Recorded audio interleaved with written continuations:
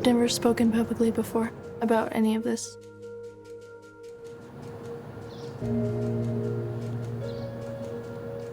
Never really fully healed from any of what happened.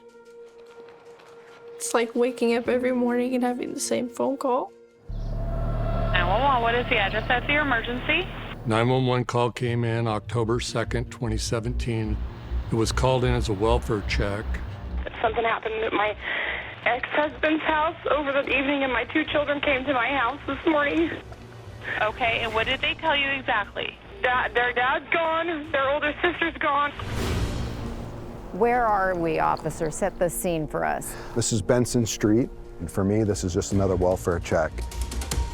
But we don't know what we're walking into. What is your ex-husband's name? Aaron Fryer. I learned that he was a good guy. He was a good dad.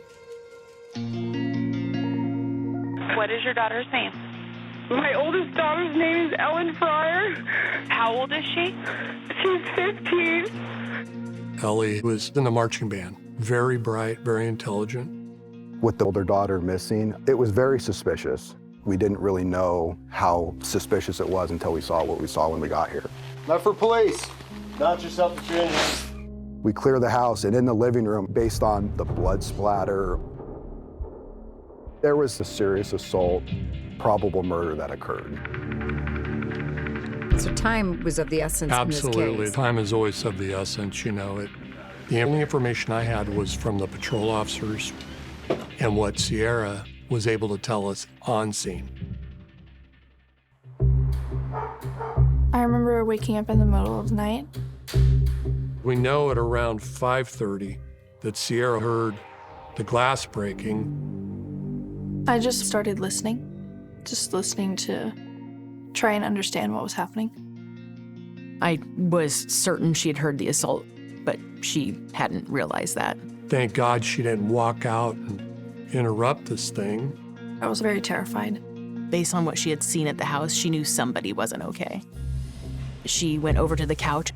She felt something wet, and when she pulled her hand up, it was covered in blood.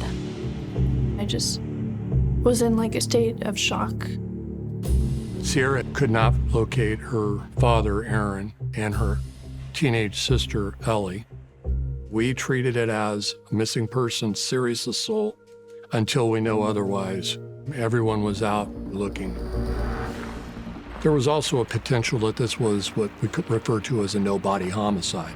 And those cases are always tough to work. As of right now in my family, there are 2 family members missing. It's still like an open wound every day.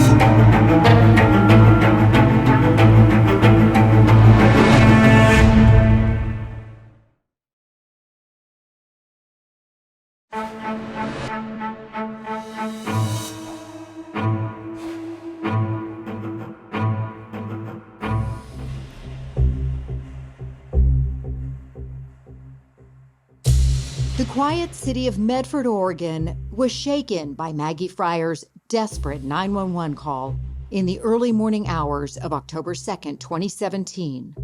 I don't know where my ex-husband or my oldest daughter is. I understand that. Something happened at the house. Something happened over there. Maggie Fryer's ex-husband, Aaron Fryer, and their 15-year-old daughter, Ellen, nicknamed Ellie, were missing. My concern is for the both of them. We don't know where they are. You can only imagine all the things that were running around in my mind. I didn't know who was dead and who was alive.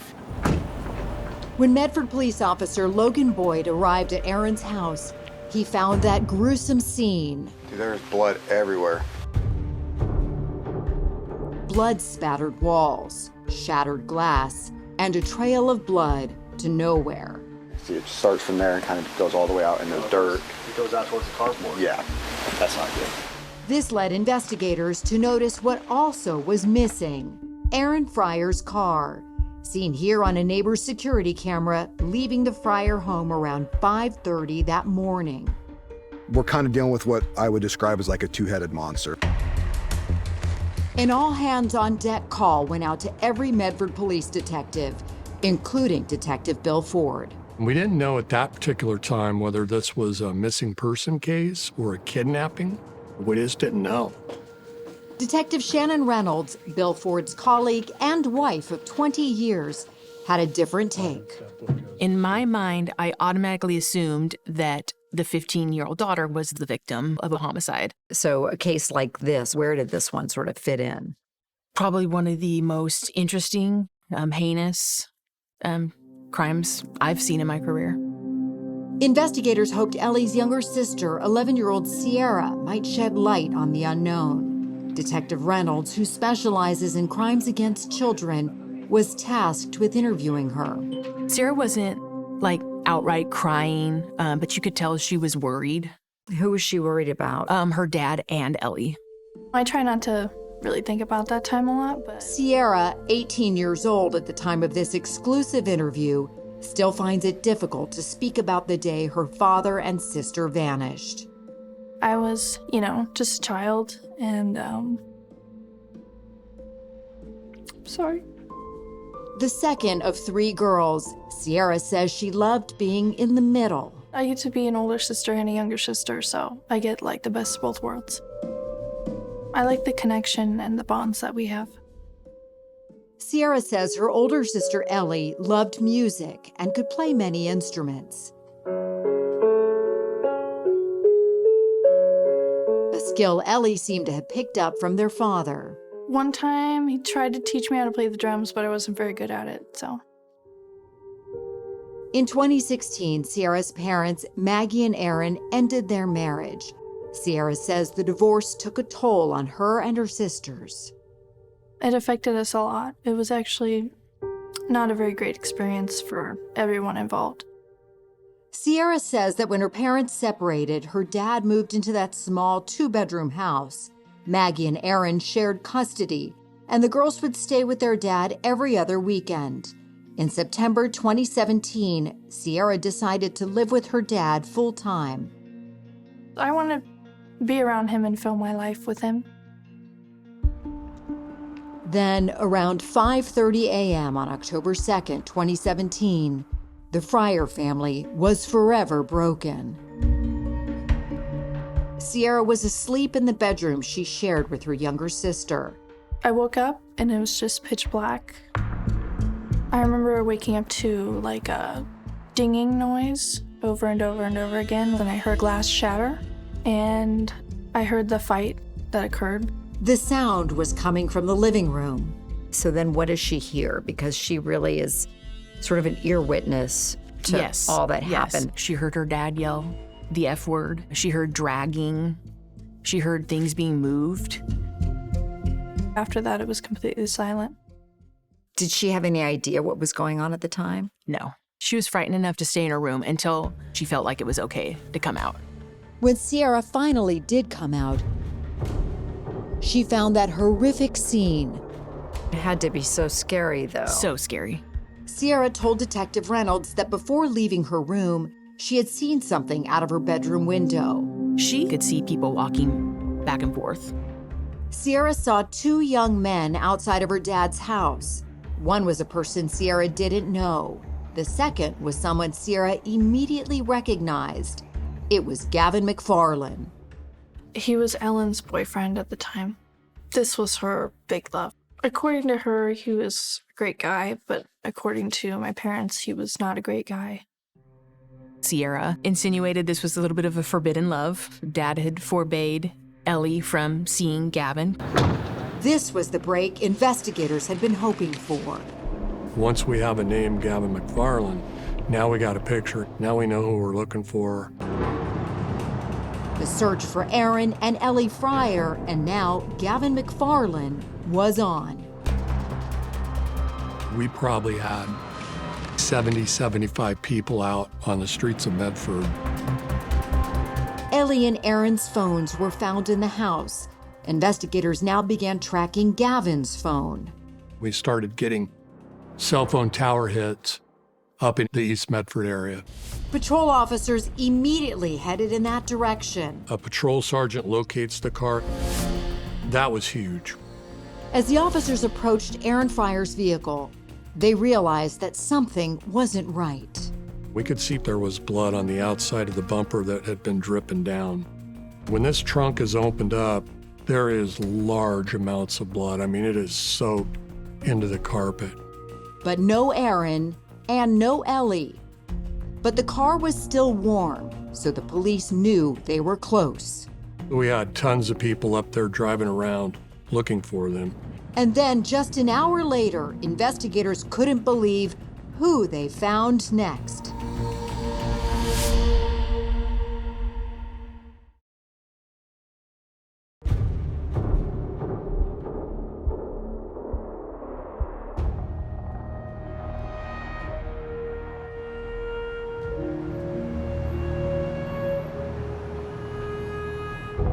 Their dad's gone. Their older sister's gone. Then, just 4 hours after that 911 call reporting her missing, Medford police found Ellie Fryer. She was alive, seemingly unharmed, and had been walking down a busy street with Gavin McFarlane. They're walking down the sidewalk. In plain sight. Plain sight, so now we know Ellie's safe. Which made two things clear. Aaron Fryer was the victim. And based on all that blood in his car and at the house, time was quickly running out to find him. We had Aaron out there either seriously injured or deceased. Walking along with Gavin and Ellie was someone investigators hadn't been looking for. Do you have ID with your name on there? No, I don't. I hardly ever carry my ID around. Okay. He turned out to be Russell Jones. Thanks. Have a seat real quick. A friend of Gavin's. I won't make it hard on you. All right. Russell had apparently made an impression on Sierra Fryer, says Detective Shannon Reynolds. He matched the description of that second young man she saw at her father's house that morning. So she got a really good look at this person. Yes. Investigators now had a witness placing Gavin and Russell at the crime scene. Detective Ford says he wasn't sure what to make of Ellie being found with them. That doesn't mean that Ellie's involved in something. But Ford says that she, Gavin, or Russell might hold the key to finding Aaron. Ellie, Gavin, and Russell are separated, detained, and transported to the Medford Police Department for questioning. Hi. Hello. Detective Stephanie Jackson was tasked with getting Ellie Fryer's account of the previous 24 hours. So what have you been up to today? I haven't been home, and now I'm really concerned about what's been going on. Where were you? Out. Ellie was saying everything had seemed normal when she left her father's house for a long walk. And you were walking down the street, it sounds like, today? Who were you with? I was with my friends. According to Ellie, she had run into those friends, Gavin and Russell, only by chance, not long before being spotted by police. And so everybody is really concerned because we actually don't know where your dad is right now. It's really disturbing to hear. Maybe he was looking for me. We are very worried about your dad. So am I. Ellie was saying she had no idea where her father was or what happened at the house. So where did all the blood come from in your house? I don't know. Around that time, Detective Ford was preparing to interrogate the other two detainees.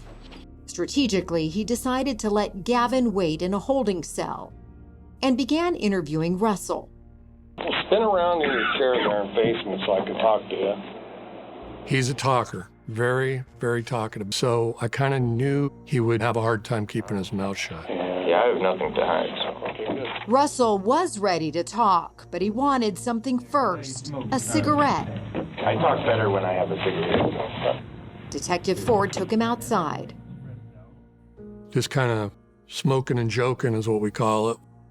The camera didn't record audio, but Detective Ford says Russell began telling him that he and Gavin had gone over to the Fryer house early that morning. He told us that he was trying to help get Ellie out of a bad situation. That bad situation, according to Russell, was Aaron Fryer. And the first thing that he tells us is he's not a good person. Aaron Fryer's not a good person? Correct. He didn't elaborate further about Aaron, but Russell was claiming he and Gavin were only there to secretly move Ellie out. So the next thing I tell him is, look, Russell, we got detectives out there right now pulling video from every house, the alleys. So if this ain't the truth, you need to be truthful with me right now. And he looks me square in the eyes and he says, well, 95% of it's the truth and there's 5% of it's a lie. So I'm thinking automatically, well, what's the lie here? Detective Ford decided it was time for a new tactic and tried appealing to Russell's conscience. I look at him and I'm like, you know, Russell, I don't want a child to find Aaron out there somewhere, come across something like that. I said, can you take us to Aaron? He didn't beat an eye. He's just like, yeah, I'll take you to him. The veteran detective wasted no time. We load Russell up. He's actually sitting in the seat that you're sitting in now. Okay. We got him handcuffed in front. He's basically telling us, okay, turn right, turn left. They were ascending a rural mountain pass 20 miles outside town. And all of a sudden, Russell says, stop right here.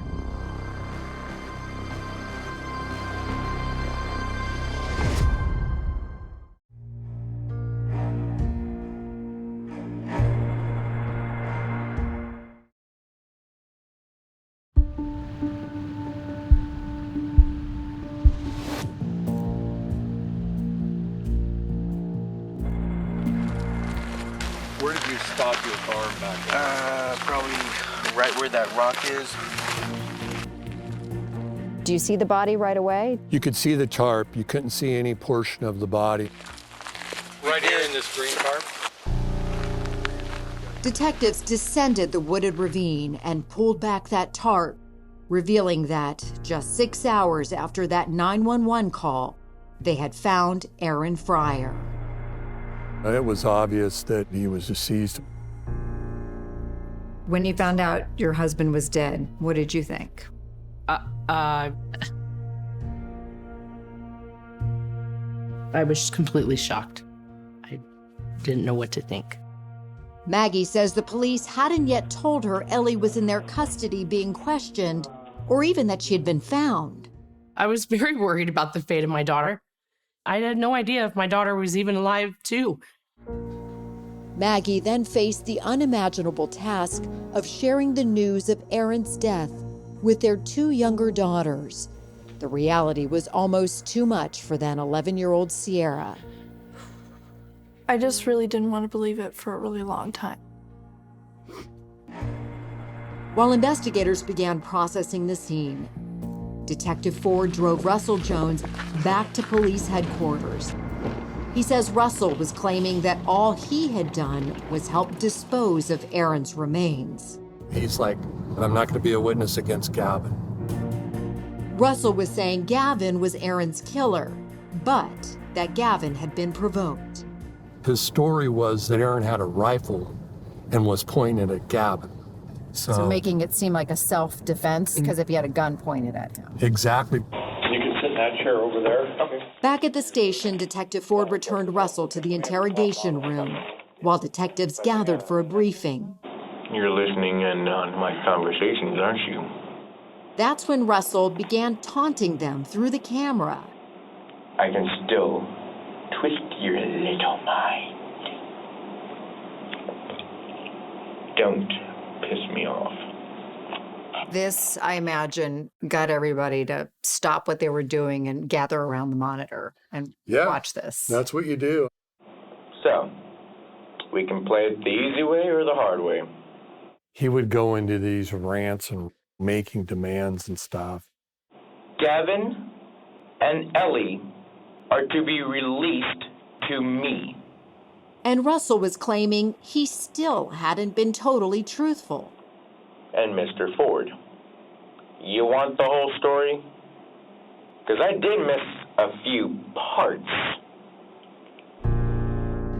For her part, Ellie was now saying Russell was the one responsible. I believe that Russell's the one that killed my father. All right. With the conflicting claims, Detective Ford decided it was finally time to interview Gavin McFarland. I know I'm in serious trouble, aren't I? Well, we need to figure out what happened. Gavin started by saying how volatile Aaron Fryer could be. He's threatened my life. He's like, no, stay away from my daughter. I'm going to kill you. 1 month earlier, Gavin had called the police, claiming Aaron had shown up at his house, banging on his door, threatening to kill him. I don't know what caused him to not like me anymore. Detectives discovered at least one reason: Gavin's age. He was 19 years old, dating 15-year-old Ellie. And making things worse, Gavin was now claiming Ellie was going to have his baby. She told you she was pregnant? I've known for about 2 weeks now. While Gavin was admitting to having a sexual relationship with a minor, itself a crime, he was accusing Aaron of being the one who had been abusive to Ellie. The anger had just been building up because of the things that Ellie had been telling me. I'm trying to protect Ellie. Okay. My possible child. Gavin was claiming he and Russell had gone to the house that morning, but unlike what Russell said, that Aaron had not confronted him with the gun. Instead, Gavin was saying Aaron had been in the living room, asleep on the couch, and that Gavin had crept in, armed with a baseball bat. Then Gavin made a startling admission. I just acted on instinct. Okay. Tell us what happened. I just swung the bat downwards. It was dark. I couldn't see. How many times do you think you hit him? Like 5 or 6, maybe. 5 or 6 times? Yeah. The physical evidence would back up Gavin's story. Aaron had died from blunt force trauma to his head, and a bat was recovered from a tree branch above where his remains had been found. So this is the aluminum bat. Discoloration, you can see it's red here. This is all blood. Testing would confirm the blood was Aaron's. And he demonstrated for us in the interview room how hard he swung it down on Aaron's head. I went over the shoulder the first time, and then I started going up above my head. I mean, there were 5 distinct blows to his head. Explaining that dinging sound Sierra Fryer had heard. I fractured his skull, caved his skull into his brain. I'm really sorry. And investigators soon found evidence that Aaron's murder had been meticulously plotted for weeks. They discovered notes, some in Russell's handwriting, at Gavin's house. We found several murder plans, and they actually had plan A, plan B. There were multiple plans, and I think ultimately they come up with the bat. And based on what you could see from the planning, who's the mastermind of all of this? Ellie, believe it or not.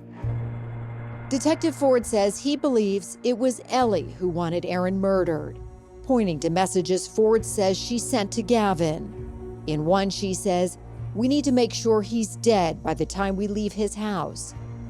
And in another, she asked, "You want to kill him now, don't you? And then you can kill him in less than a minute, right?" She's pushing it all. She wants to be with Gavin. She wants to be out from underneath the authority of her father. Ellie wanted me to kill him, but I didn't want to. Detective Ford says Ellie might have made up those abuse allegations, possibly as a way to motivate Gavin to kill her father. She is very manipulative. From me watching that entire interview, she lied. Are you Ellie? and lied How old are you? 18. and lied. How did Gavin get in the house this morning? He wasn't in the house. After several hours, Ellie did eventually admit some of her role, even saying that she had handed Gavin the murder weapon. And what do you say to Gavin? I said, I'm ready when you are. Okay, what did you mean by that? When you do this, we're in it together. What did you mean when you said, when you do this? Kill my dad. With evidence, they all conspired to kill Aaron. Gavin, Russell, and Ellie were charged with his murder. From the day after she was arrested, there was this narrative, and her side was never told. Until now. The story that the state has, why is it the right one?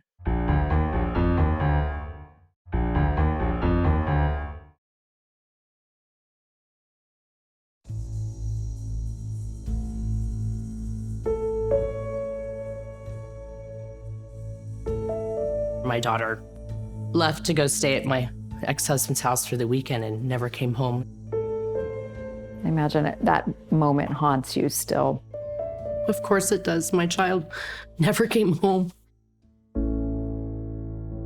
After hours of worry, Maggie Fryer was finally told her 15-year-old daughter, Ellie, had been located. I got a phone call from a police officer that they found her. But worry morphed into anger when she was then told Ellie had been arrested for her father's murder. Go and take a seat. And I said, so you've had my daughter in your custody? And you're interrogating her, and you never once called me to let me know so I could maybe get her some representation? Eliza Kaplan eventually became one of Ellie's attorneys.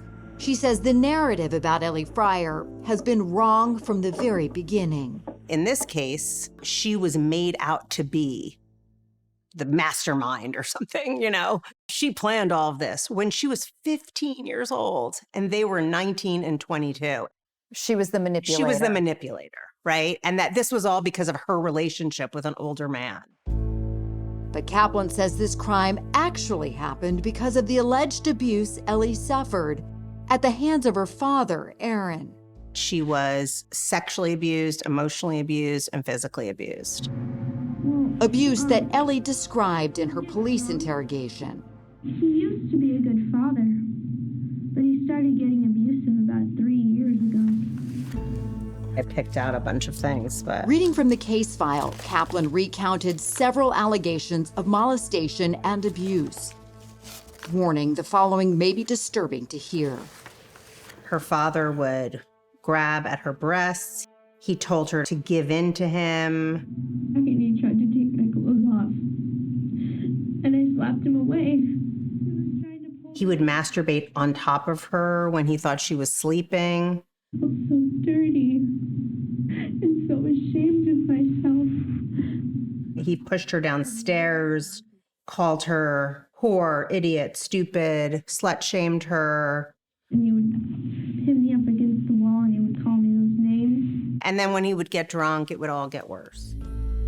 As the police report shows, 3 of Ellie's friends told investigators that Ellie said her dad abuses her. Ellie shared that her dad was rough on her and emotionally and physically abused her. And Ellie said her dad mentally and verbally abused her. But Ellie admits she never told her friends about the sexual molestation. And neither Ellie nor her friends told the police about any kind of abuse before her father's murder. And as far as allegations of abuse, was there any evidence whatsoever that your detectives could find to back up what Ellen Fryer was saying happened to her? No, there was not. Detective Ford says with Aaron's death, the possibility of proving abuse may have died with him. We can't go to Aaron and ask Aaron, were you abusing your daughter? We may never know the truth. If she told her mom, did she tell her mom ahead of time? Have you thought about having a conversation with your mom about that? No, I'm horrified to even talk about it. Who have you talked to about your dad masturbating? I told Gavin about it, but that's it. Ellie told Detective Jackson that the first time she had told Gavin was 2 days before he bludgeoned her father to death. Because I know this is hard to talk about. I know. Why me? Why did he do it to me? I have no idea what he's done to my sisters. I see a teenager who would do anything to survive and to protect her sisters. Detective Shannon Reynolds says 11-year-old Sierra was asked if there were any problems at home. She actually only had good things to say about her father. When Detective Reynolds interviewed the youngest Fryer daughter, she recalled the last conversation she had with Ellie, minutes after their father's murder. She had said that Ellie had woken her up, and she said she was leaving, and that she was leaving because mom and dad were abusive. Before Reynolds could say anything, the 8-year-old gave her opinion on the matter. And she told me my mom and dad were not abusive. Both of Ellie's sisters told Reynolds that what Ellie had called abuse was actually their parents disciplining her for sneaking around with Gavin. Because they took her electronics away and they yelled at her. What do you say to that? Yeah. Well, they were younger, right? This is actually very common in families where there's abuse, that there's one child who takes on the majority of it and want to protect the others in the family. You know, you describe her as this protective older sister, but yet she left them there at the house. How is that protecting them? Yeah, and I think, those are things that Ellen will live with for the rest of her life. And she clearly understands how much damage she has caused her sister. Detective Ford says that with no evidence to back up Ellie's abuse claims, he remains suspicious that she may have made it all up to manipulate Gavin. Seen here with Ellie on a store security camera hours after the murder. And it turns out Ellie was never pregnant. I think you got to look at it two ways. Maybe she thought she was pregnant, or maybe she's using that to influence Gavin to kill her dad. Ellie's legal team says Ellie did think she was pregnant, which is why she bought a pregnancy test while at the store. Investigators say it's clear Ellie Fryer has an issue with the truth. She lied during that interview for no reason. Kaplan says much has been made of the many lies Ellie told during her police interrogation. As a parent, we all know that our kids sometimes do that. But Kaplan says the real focus should be on the hours and hours and hours Ellie spent in that interview room. I have the right to remain silent. She asked to not talk. She said, I want to remain silent, right? She was there for 10 hours straight. But with your wishing to remain silent, it's really difficult to kind of get to the bottom of all of that. Then let's talk. A minor without a guardian or attorney. Is it normal to keep a 15-year-old in an interrogation room for 10 hours like that? Yeah, I mean, there's no law against it. So we gave her breaks. I don't like it. There was times where she laid on the floor and slept.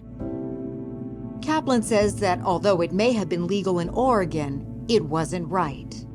And look, police have their jobs to do. I get it. I just think the rules are really different when you have a kid. And in that, she looks like a kid. She's acting like a kid.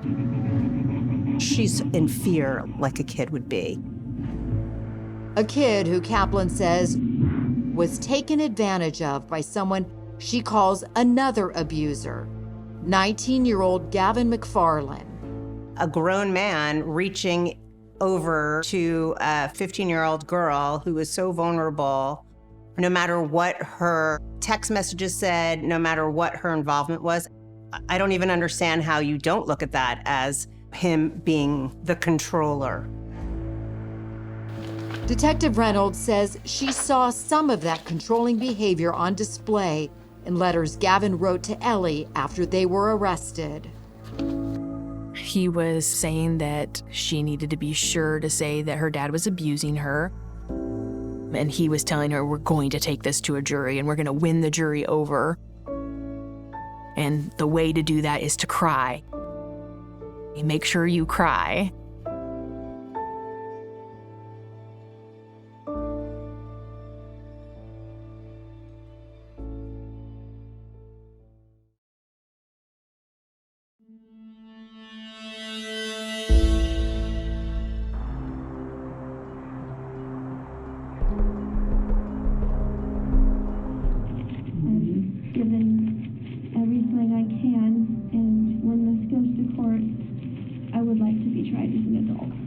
But there would be no trial.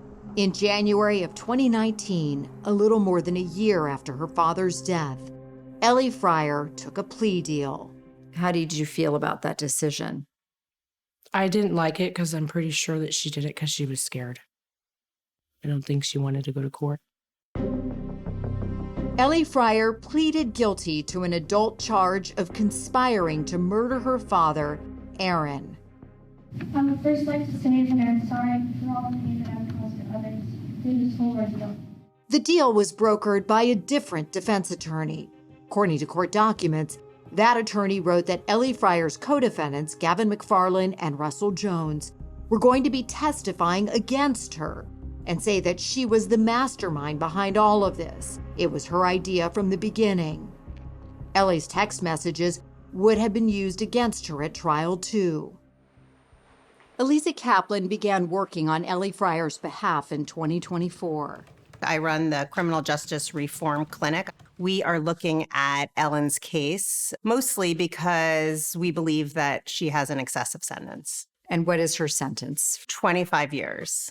McFarland and Jones also took plea deals, with Gavin McFarland pleading guilty to murder and murder conspiracy charges. He was sentenced to 25 years to life in prison. Russell Jones entered a no-contest plea to conspiracy to commit murder. He was sentenced to 15 years.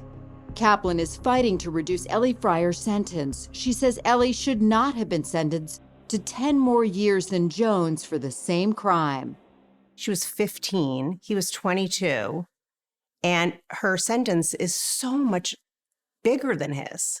The idea that Ellen is the master manipulator, I mean, she's a 15-year-old. I mean, don't they bear more responsibility because they're the adults? I wouldn't agree with that. Ellie is absolutely just as responsible as Gavin, except Gavin was the one that took and held the bat in his hands.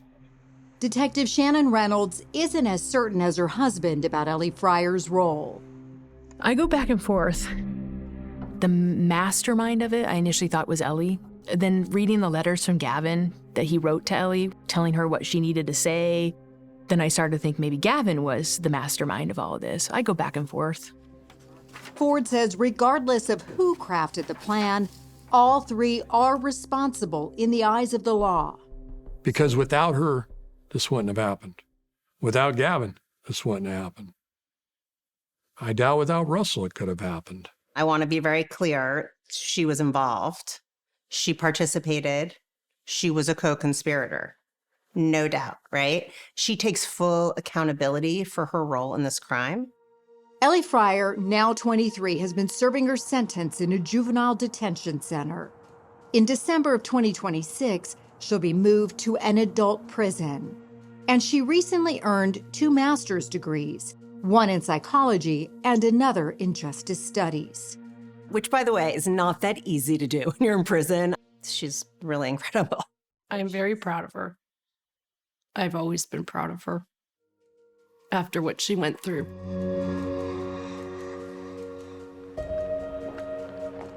Aaron's dead. Who's going to speak out for Aaron? Sierra Fryer will. My dad was a kind man who loved me and my sisters and always tried to fill my life with joy. He was a great father to me. He goes with me wherever I go. Sierra has joined the National Guard, something she says her father always wanted for her. It's mind-blowing that the little girl I interviewed is now grown up. The fact that she's joining the National Guard lets me know she didn't let this, derail her life. A life Sierra has had to live without her father, whose memory has been marred by those abuse allegations. A 48 Hours producer asked Sierra about them. Ellie claims that your father abused her. What do you have to say to that? I don't really want to talk about that just because I have my own feelings about it. Sierra is just as guarded when it comes to her thoughts about her sister Ellie, though the two have maintained a relationship over the years. It's very hard to explain because a lot of people wouldn't understand. I've got my own feelings about her. But Sierra's feelings about her father are very clear. I love him, and I'm so sorry for everything that happened. I have faith, and I have hope that one day, we'll meet again.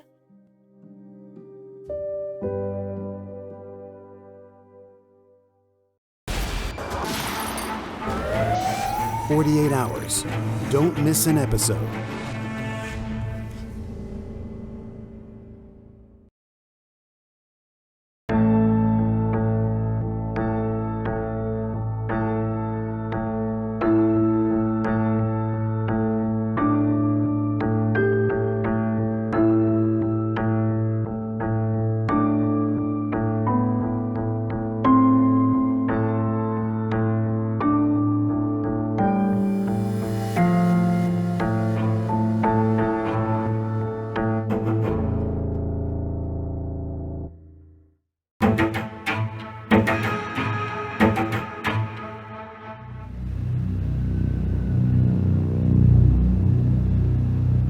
There's nothing in this world that anybody can ever do to me that's gonna be worse than what I've seen.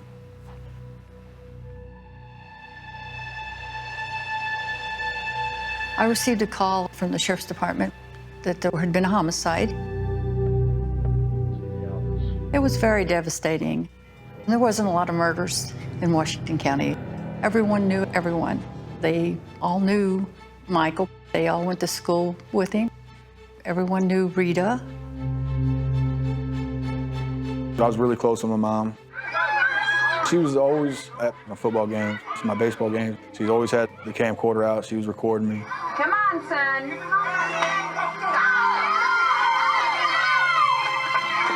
This murder was as brutal as they come. The first responders called this crime scene horrific. There's blood all over the room. Some sort of object was used to hit Rita at least once. Mike finds her body burning on the floor of her room.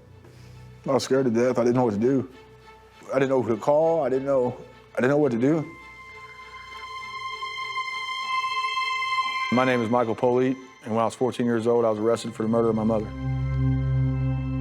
Would either one of you ever think, and be honest with me, that he might hurt your mother? No. I never thought he would hurt our mom, no. She was very close with Michael. He was her baby. Tell me about December 4th, 1998. Do you remember that evening? Vividly. I was home, and then I see headlights coming down the driveway, and it's my mom. And she comes into the house, and she said, "I love you, good night, and I'll see you in the morning." Is that the last thing your mom ever said to you? That's the last thing she ever said to me. Next thing I remember, I woke up, and I see a light haze in my room. I opened my door, I could see her feet, and she was on fire from the waist up. And I could hear it. What could you hear? Cracking of the fire.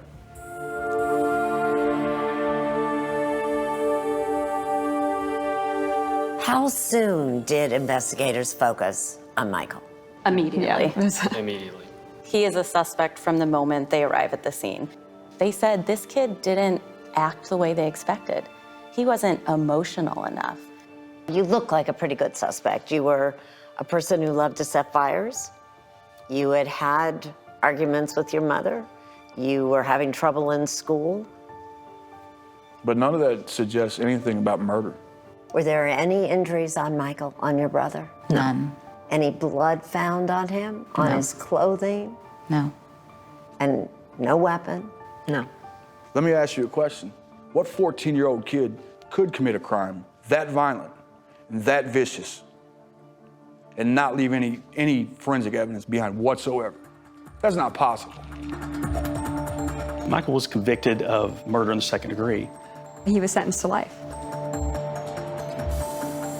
Michael, did you kill your mom? No. And there's only one individual that I know that hates her that much to do that to her.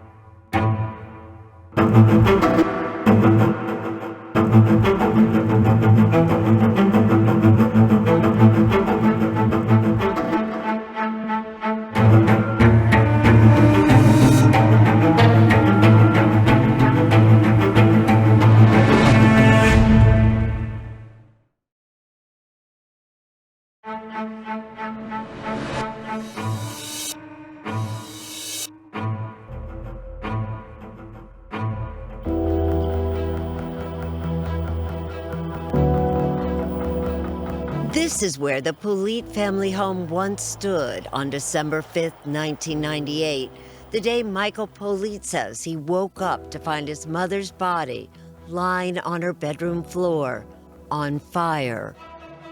What I seen was hatred and evil. He was 14 years old. The individual that did that to my mother hated her with everything inside of him. Rita Politte was just 40 when she died. There's a lot of pictures of us and Mom. All these years later, Michael's older sisters, Crystal and Melanie, still have vivid memories. That's Crystal, that's Mom, and that's me. What's the first thing that comes to mind when you think about Rita? Her laugh. She was always laughing, smiling. Michael and his sisters grew up in the tiny rural community of Hopewell, Missouri. It's about 70 miles southwest of St. Louis. We didn't lock our doors.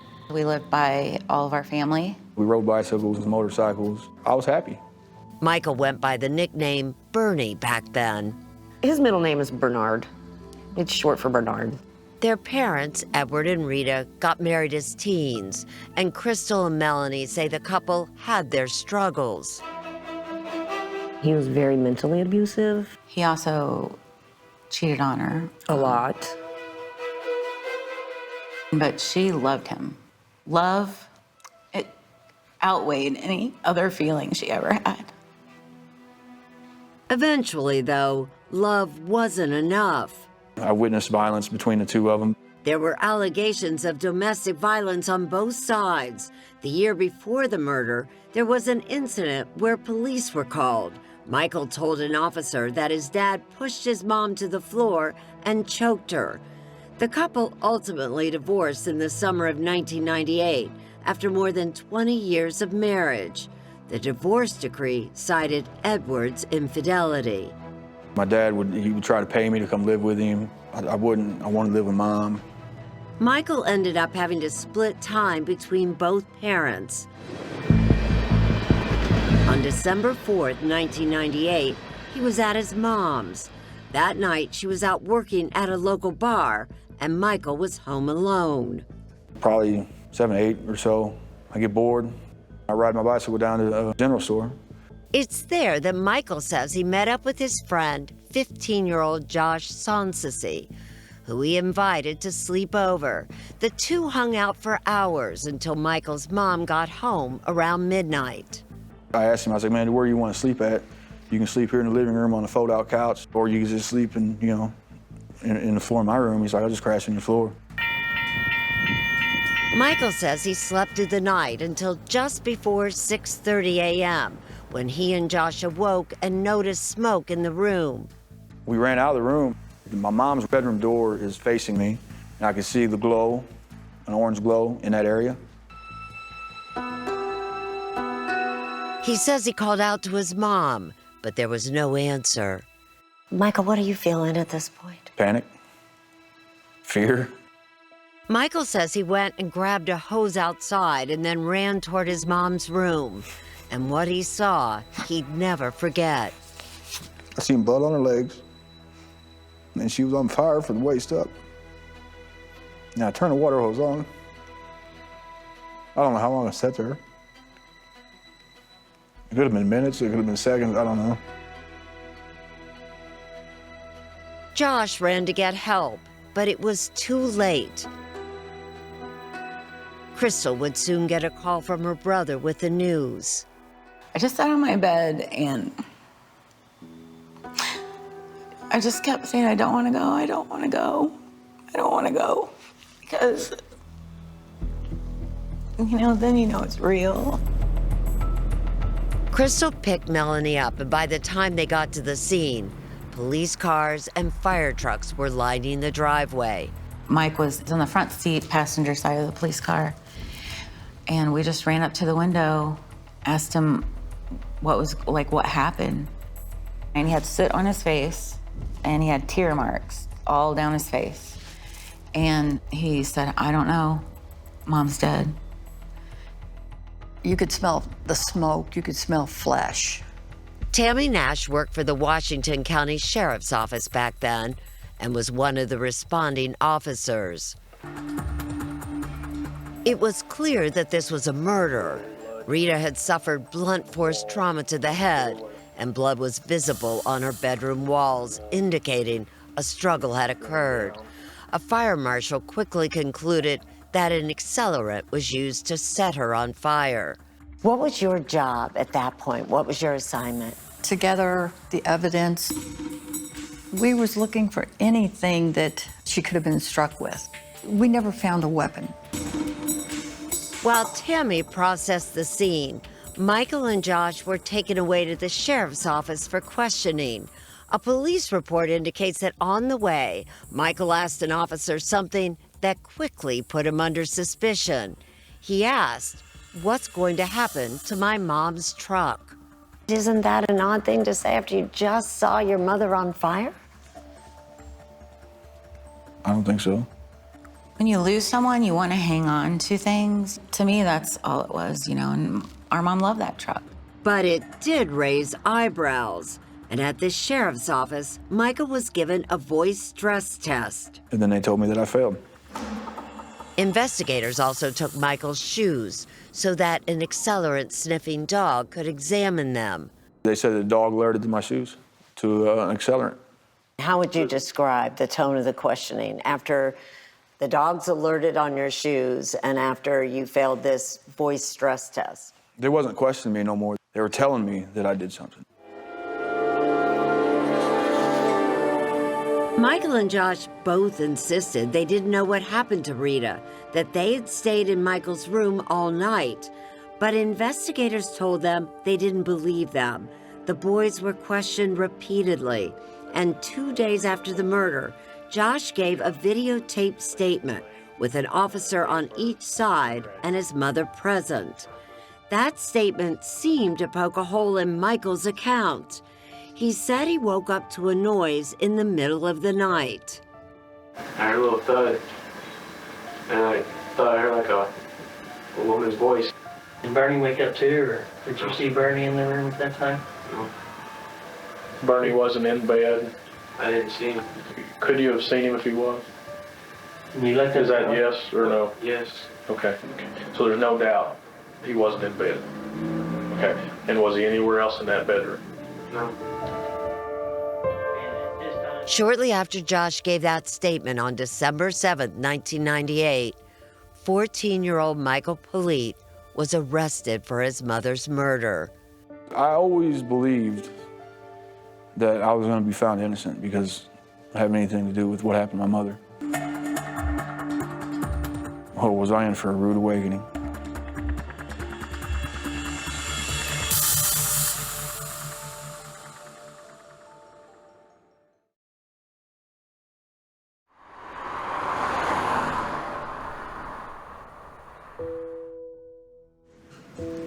He looks like a really happy kid. He was always really happy. When Melanie and Crystal learned that their 14-year-old brother had been arrested for their mother's murder, they say they couldn't believe it. How are they coming up with that conclusion? I just thought they were crazy. He didn't do it, no one him cleared. Chuck and Patsy Skiles are Michael's uncle and aunt. They live next door to where the crime took place. They also felt police had made a mistake. You know, we was the first ones to see him after it happened. He had no scratches, no nothing on him.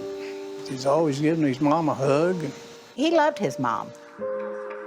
But while Michael's family believed in his innocence, the truth is, Michael was hardly the model child, something that even he admits. You failed 7th grade 3 times? Yeah, I was on my 3rd year because I became truant. I just wasn't going.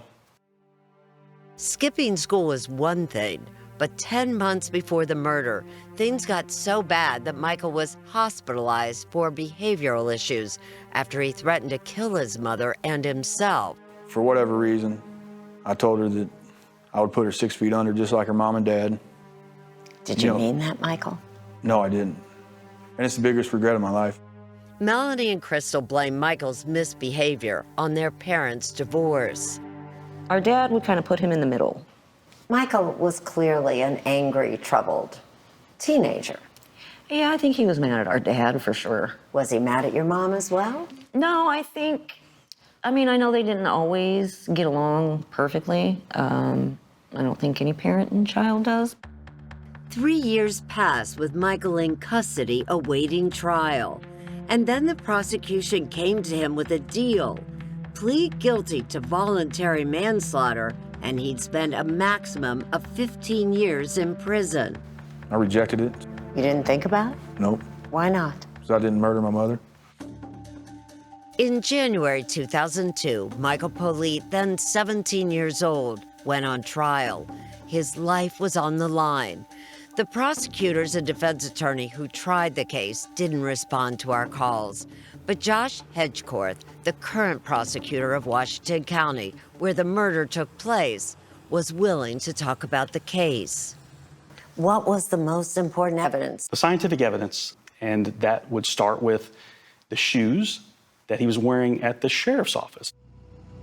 Not only had a dog detected an accelerant on Michael's shoes, according to the prosecution, later testing also confirmed the presence of gasoline on them. And there was testimony that an accelerant had been used to burn Rita's body. And so all of these components together, I think, solidified that he must have set the fire. But Michael had told police that gasoline found on his shoes meant nothing, and that he and his friends would often set fires for fun. But we all did that. It was in the country.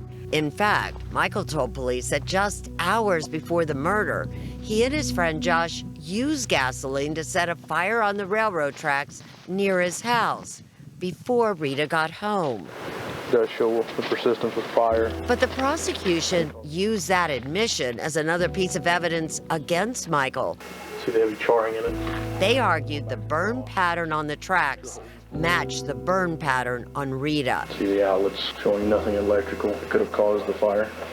Linda Dickerson Bell and Jonathan Peterson were jurors on the case. I'm like, it's not looking good for him. What they were telling us was that Michael had a problem with burning and that he was the only person that could have done this.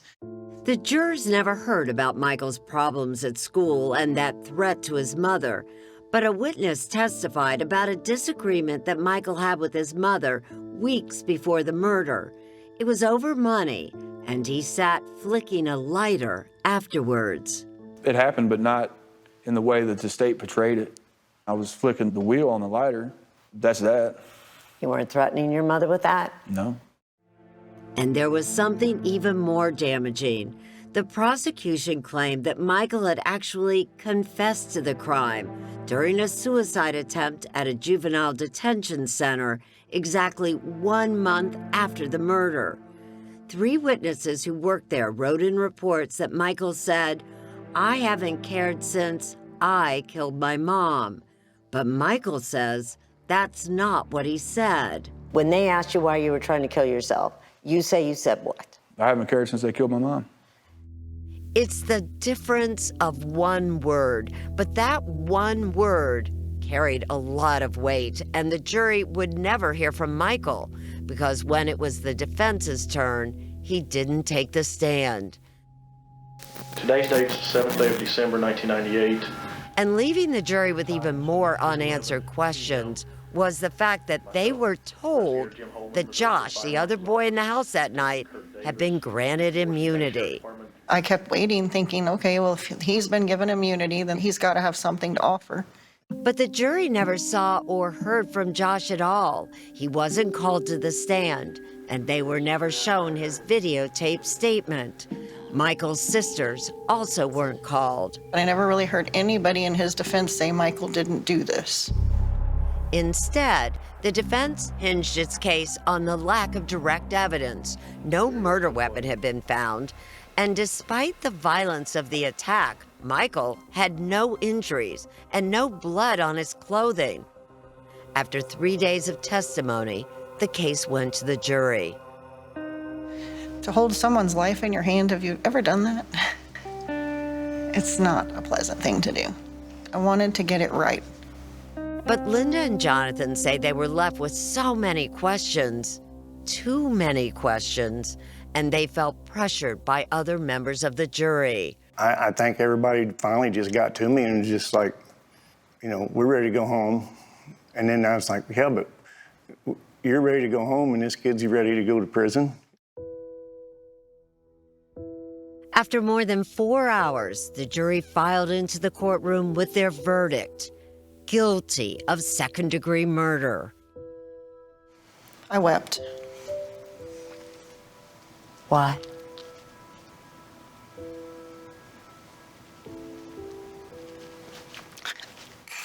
Because it was wrong. Michael was sentenced to life in prison. It was unbelievable. I never thought it would happen. Michael would spend years in a Missouri prison before a new team of lawyers would take his case and make it their mission to turn it around. The state essentially never really had any case against this kid, but the case that they even did have back at trial has been indisputably proven false.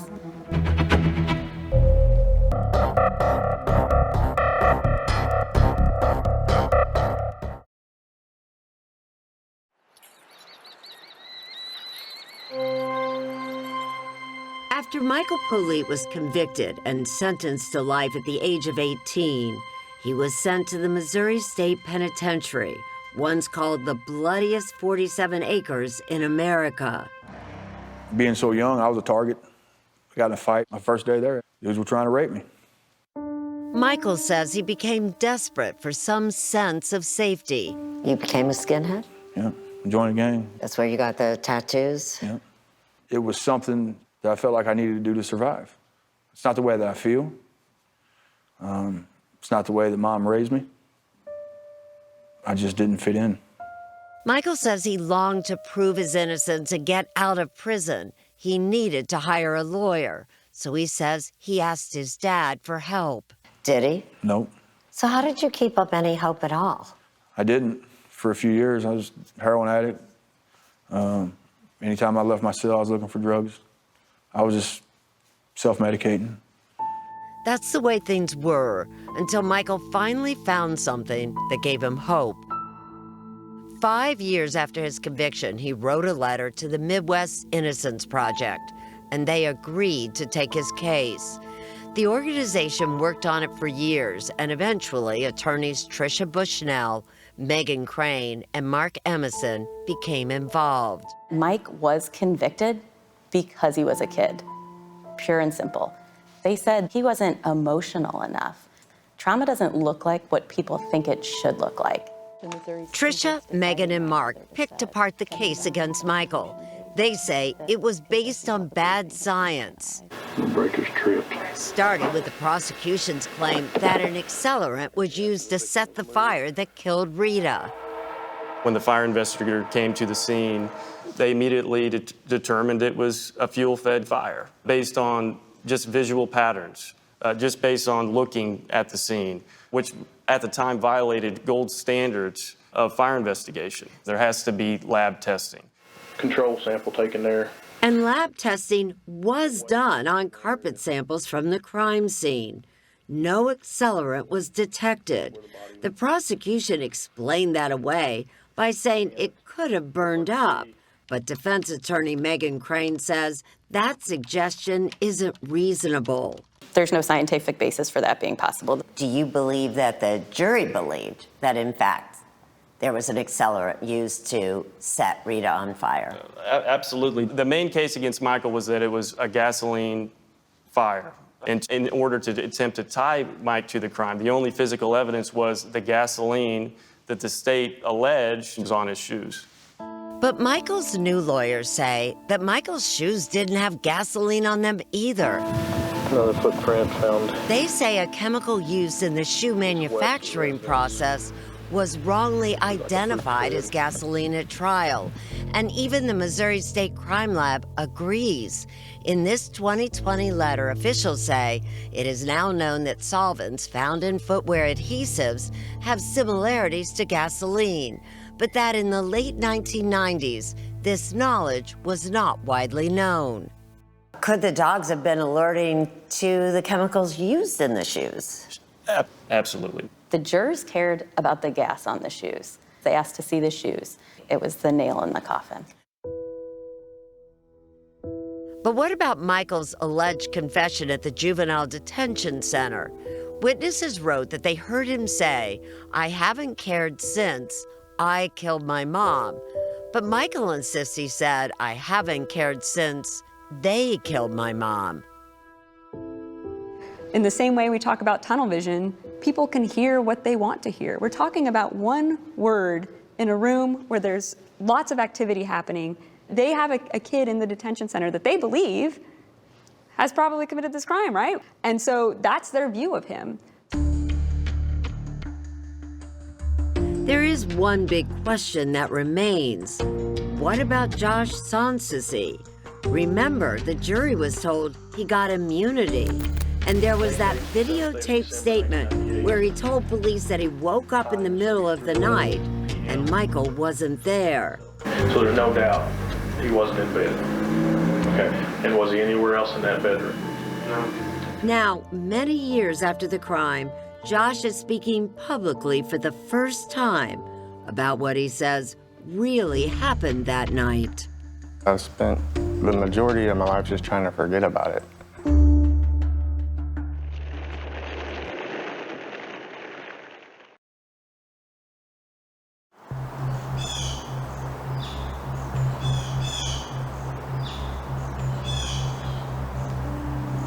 I've done pretty good just moving on with it. But I mean, it's always there, you know. Josh Sanssouci is now 39 years old. He says he's never been quite the same since he woke up from that sleepover at Michael's at the age of 15 and found himself in the middle of a murder investigation. He says he was questioned by police repeatedly for hours at a time. Every time I tell them something, they would be like, "No, that's not what happened. This is what happened." I remember telling my mom, I said, "They keep saying that I'm lying." I said, "I don't even know if I'm telling the truth anymore." But the truth, Josh says, is that nothing out of the ordinary happened on that night in question. It was just like a normal night. I couldn't sleep very good at night. I was kind of waking up. I woke up one time. But what about that videotaped statement where Josh told police that he woke up in the middle of the night and Michael wasn't there? So there's no doubt he wasn't in bed. Okay. And was he anywhere else in that bedroom? No. I don't remember ever saying that. And I feel like if I said that, then it was maybe at a weak point or something. Michael's attorneys say they've seen this all too often in interrogations. What we see in Josh's interrogation is the result of hours and hours of interrogation. And every other time, he has never, ever said that that was what happened. In a deposition right before Michael went on trial, Josh said that he never sat up from where he was sleeping on the floor, and that it's not that I did not see him in his bed, it's I couldn't see him in his bed. There's no way I could see anything that's on top of the bed. So why did Josh take that immunity deal? I just wanted it because I knew they was gonna try to pin it on me or Bernie. I was like, well, if they'll give me immunity, then maybe I don't have anything to worry about, you know? Michael's lawyers say the prosecution was likely trying to get Josh to flip on Michael. And the fact they didn't even put Josh on the stand says it all. They didn't call him because it wasn't going to go well for them. He had nothing helpful to say for the state. Why didn't the defense call Josh? That's a great question, Erin. And there's a lot of great questions about what the defense didn't do and who they didn't call. Michael's trial attorney was a public defender back then. In a court affidavit, he admits that Michael's case was the first homicide case that he had tried on his own, and that today he would handle his representation of Michael differently. Michael's new legal team was committed to getting him out of prison. They filed court documents suggesting an alternative suspect, Michael's father, Edward Politte. I believe he is responsible for what happened to my mother. If that's true, that means Michael's own father stood by and let his son take the fall for a murder that he was behind. Michael's sisters say their father was furious over the financial terms of the divorce. A judge had finalized them just 4 days before the murder. She got half of his retirement. Maintenance, child support, he actually, alimony. And the one thing that I remember about growing up with our dad is you don't mess with his money. You just don't do it. He had an outburst in the court that he said, you'll never live to see a dime of that money. Police did interview Edward Politte after the murder. He had an alibi. He was home more than 80 miles away at the time of the murder. But Michael's defense team says investigators didn't look hard enough. They didn't at all investigate the possibility that perhaps Ed did this with someone else. And Michael says he believes his dad did arrange the murder and had help. I think he hired Johnny to murder my mother. Johnny is Johnny Politte, Edward's cousin. Michael's legal team identified witnesses who placed Johnny near the crime scene on the morning of the murder, just as first responders were arriving. Well, I'd heard sirens, and as I'm coming up the road and I'm approaching the railroad tracks, Johnny Politte was walking down the railroad tracks. Larry Lee is one of those witnesses. He's known Johnny for years. As he's walking up to my truck, he asked me if I heard about Rita. He said somebody killed her. And I'm like, dude, what? About a week later, Larry's wife, Carolyn, says Johnny came to their door. And it was like 6 o'clock in the morning. He said, I need to know what you know about Rita's death. He said, me and Edward are doing our own investigation, and we heard you were up at the store talking about it. And I said, Johnny, I don't know nothing. No, we need to know what you know, he said. And I said, you know, I think it's time for you to go. Were you scared? A little bit. Did the two of you talk to investigators about this? No. We think back now, and we wish we would have. And I ain't saying he had anything to do with anything either. I don't know. But, you know. Another man places Johnny Politte's truck near the same spot that Larry Lee says he ran into Johnny on the morning of the murder.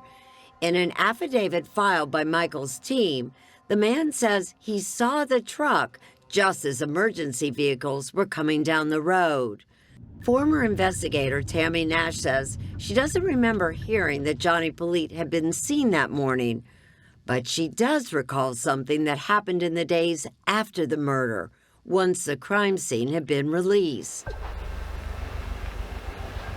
Somebody came in to the sheriff's department and said, that they had found a tire iron or tire tool or something in the closet.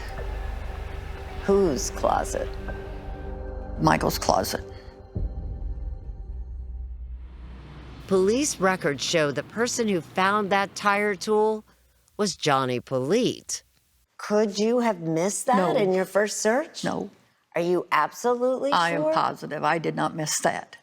If it wasn't there when you searched, what does that mean? That somebody placed it there. Tammy went and retrieved the tire tool from Michael's closet. It was later ruled out as the murder weapon. Do you believe that tire iron was put in your closet to set you up? I do. Johnny and Edward Politte didn't respond to our request for an interview. Neither has been charged in the case. It's been years since Michael and his sisters have spoken to their father, but they say they did ask him whether he had anything to do with their mother's murder, and he denied it. It's not our job and it's not our focus to say who did commit this crime, but what we do know is it was not Michael Politte. And while Michael's lawyers were trying to prove that, the case would take a turn. Best day in the world. I never thought this day would come. It's amazing. Take an in-depth look at the case at 48hours.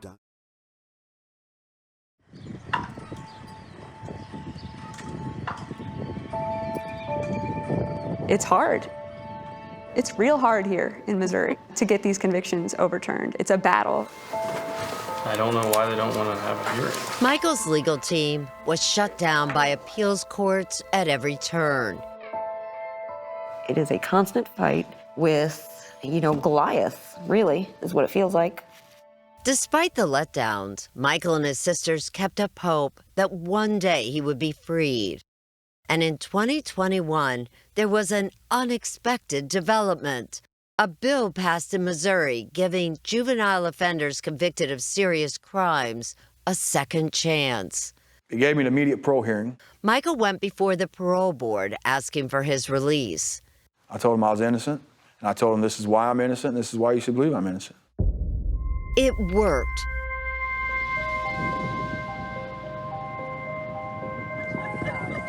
On April 22nd, 2022, Melanie and Crystal brought friends and family. We're going in.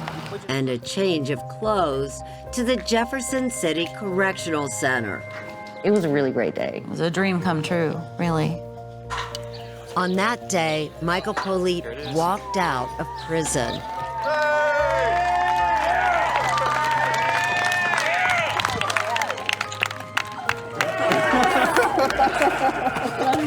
I love you. I love you. Incarcerated at just 14 years old. Oh, man, I love you guys, man. He was now 38. Where's my lawyers? It was overwhelming to see all the love. And all the nights sitting in my cell wondering what it would be like to be out here and have this moment and have it finally come true. It's awesome. Yeah, it's finally here. I'm free. How you doing? Can I have a hug? Michael says he felt his mom's presence when a bird flew by overhead. Hey, Mom. She's always in my thoughts. She's always in my mind. And everything I do and everything that I process through the day is guided by her. Michael left prison that day doing one of the things he enjoyed most before he went in. We're going to take a bike ride from the parking lot to the railroad tracks. You ready to go, man? I'm ready. Well, I'm leaving here the same way that I came in here, riding a bicycle. Justice for Rita. Let's go. Let's go, man.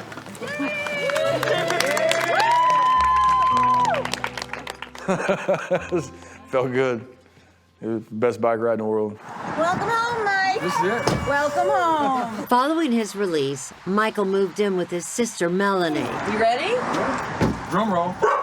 Hey, Looney Tunes. He started getting those reminders of prison, his tattoos, covered up with this new art. He also found a job as a carpenter and got his driver's license. You're now out. Is that enough? No, it ain't enough. Because as you sit right now, you are a convicted felon on parole. Yep. You have a criminal record that says you killed your mother. Yep. Michael wants to clear his name, and it just might happen because Josh Hedgecorth, the current prosecutor in the county where the murder took place, has filed a motion asking for Michael's conviction to be overturned. To me, it always comes back to the science. Hedgecorth agrees with Michael's attorneys that the scientific evidence used to convict Michael is problematic. So I don't believe that Michael received a fair trial. I can't say that the prosecutor at the time knew what he was putting on was false. It just shouldn't have been presented. Could you retry Michael Politte for the murder of his mother, based on the evidence you have today? On the evidence I have today, I don't believe I would file this case. But while the local prosecutor believes Michael's conviction should be thrown out, another public official, Missouri Attorney General Eric Schmidt, is fighting it. In every exoneration in Missouri, the Attorney General fights it because they say we have to respect, honor, and protect the verdict of these jurors. Well, that goes out the window when the jurors themselves want this verdict overturned. In sworn affidavits, 5 jurors have questioned whether Michael got a fair trial, including Jonathan Peterson and Linda Dickerson Bell. I do not believe that Michael Politte killed his mother, but I don't know how to fix it. The Attorney General's office didn't reply to our request for comment, but in a court filing, they say that Michael cannot meet the standard for actual innocence. And the AG has argued that the evidence against Johnny and Edward Politte would have been inadmissible at trial. There you go. Michael hopes that a judge will hear the case and decide to overturn his conviction. But in the meantime, Prosecutor Josh Hedgecorth has revealed to us that the local sheriff's department has reopened the investigation into Rita's murder. We want to do the right thing. If someone else did this, we want to know that. Even if it's new evidence that it was Michael. Neither Hedgecorth nor the local sheriff would comment on the specifics of the investigation, including whether Johnny Politte or Edward Politte are persons of interest. I feel bad for Bernie and his family. I mean, everything they had to go through. And Bernie lost his whole childhood. Josh Sanssouci hasn't seen Michael Politte since they were kids, but they hope to one day reunite. The night of that sleepover and its aftermath has haunted Josh all these years. What would you say to him? I'm sorry, and that, you know, he didn't do anything wrong. In Potosi, Missouri, not far from where the murder took place, Rita's truck has sat all these years. It's gonna need new tires. So much smaller than I remember. Her family says they held on to it because it's one of the only things they have left of her. That's her truck. You know, it's a part of her. That belongs to her. They hope to fix it up and get it running again. We're gonna get justice for her. I believe that one day. We're gonna get justice for Rita.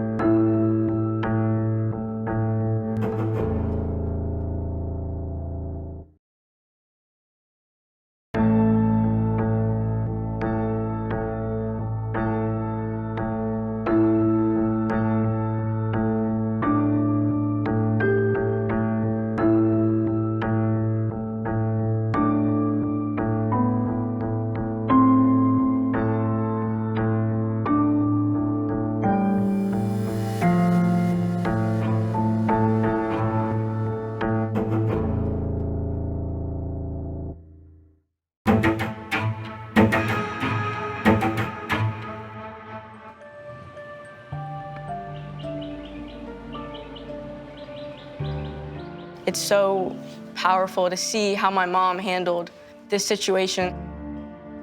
She's amazing, you know, and she's really, really strong.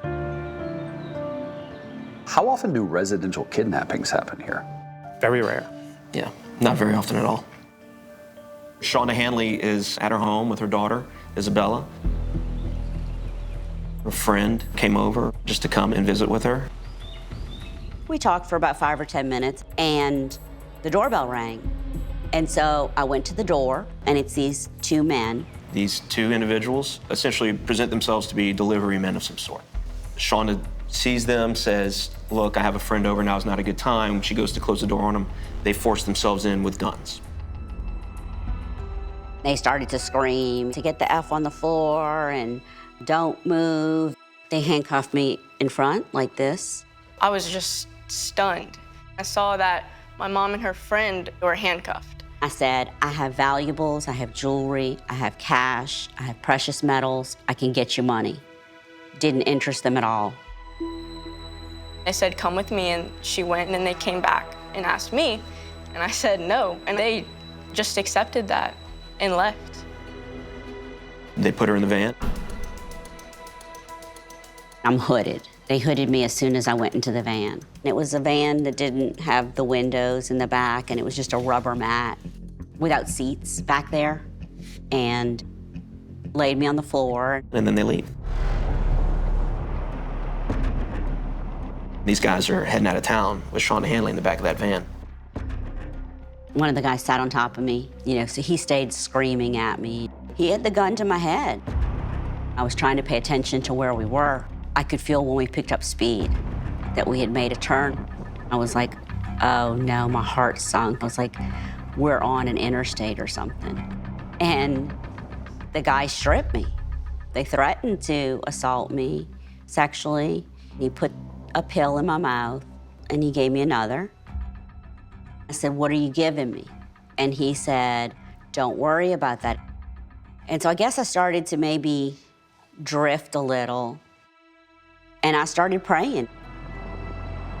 So this particular day, I got out of work. As I was traveling, there was a wreck on the interstate. I got stopped behind a white van. I could kind of see the driver of the van was starting to get nervous in the mirror. He was looking at me. He decided to get into the shoulder and speed off. It didn't sit right with me, so I got in behind him. I put my emergency lights, sirens on. Then I hear sirens, and I was like, yeah, okay, thank you, God. This is where the vehicle exited. It's a dead end onto a dirt road, which had been mud because it just rained. Their van got stuck. That's when they exited the vehicle and kept running. The siren stopped, and I just sunk again. And I was like, what happened? Did I imagine the sirens? What's going on? And I'm full of anxiety. When you approach the van, you've got your gun drawn? Yes, sir. I opened the rear door of the van, and in the van, what I thought was a mannequin moved. It scared me, it startled me, so I jumped back and I shut the door. I said, oh my God, things aren't always what they seem.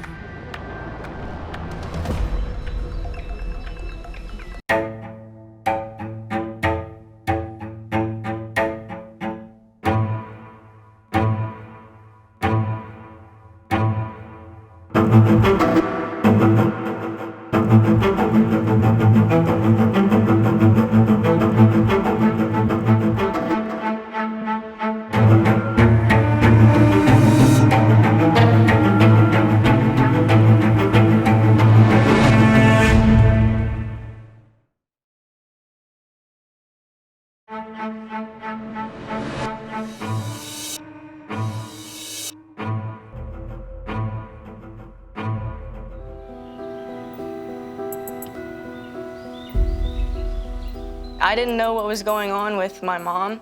There was no one really telling me what was happening.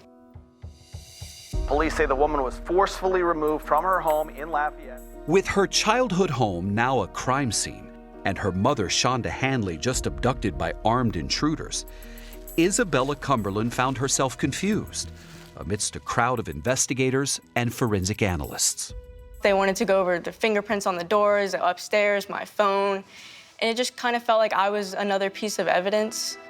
Isabella, then just 14 years old, was trying to process the sight of the violent kidnapping she had just witnessed at her family's home in Lafayette, Louisiana on August 6th, 2017.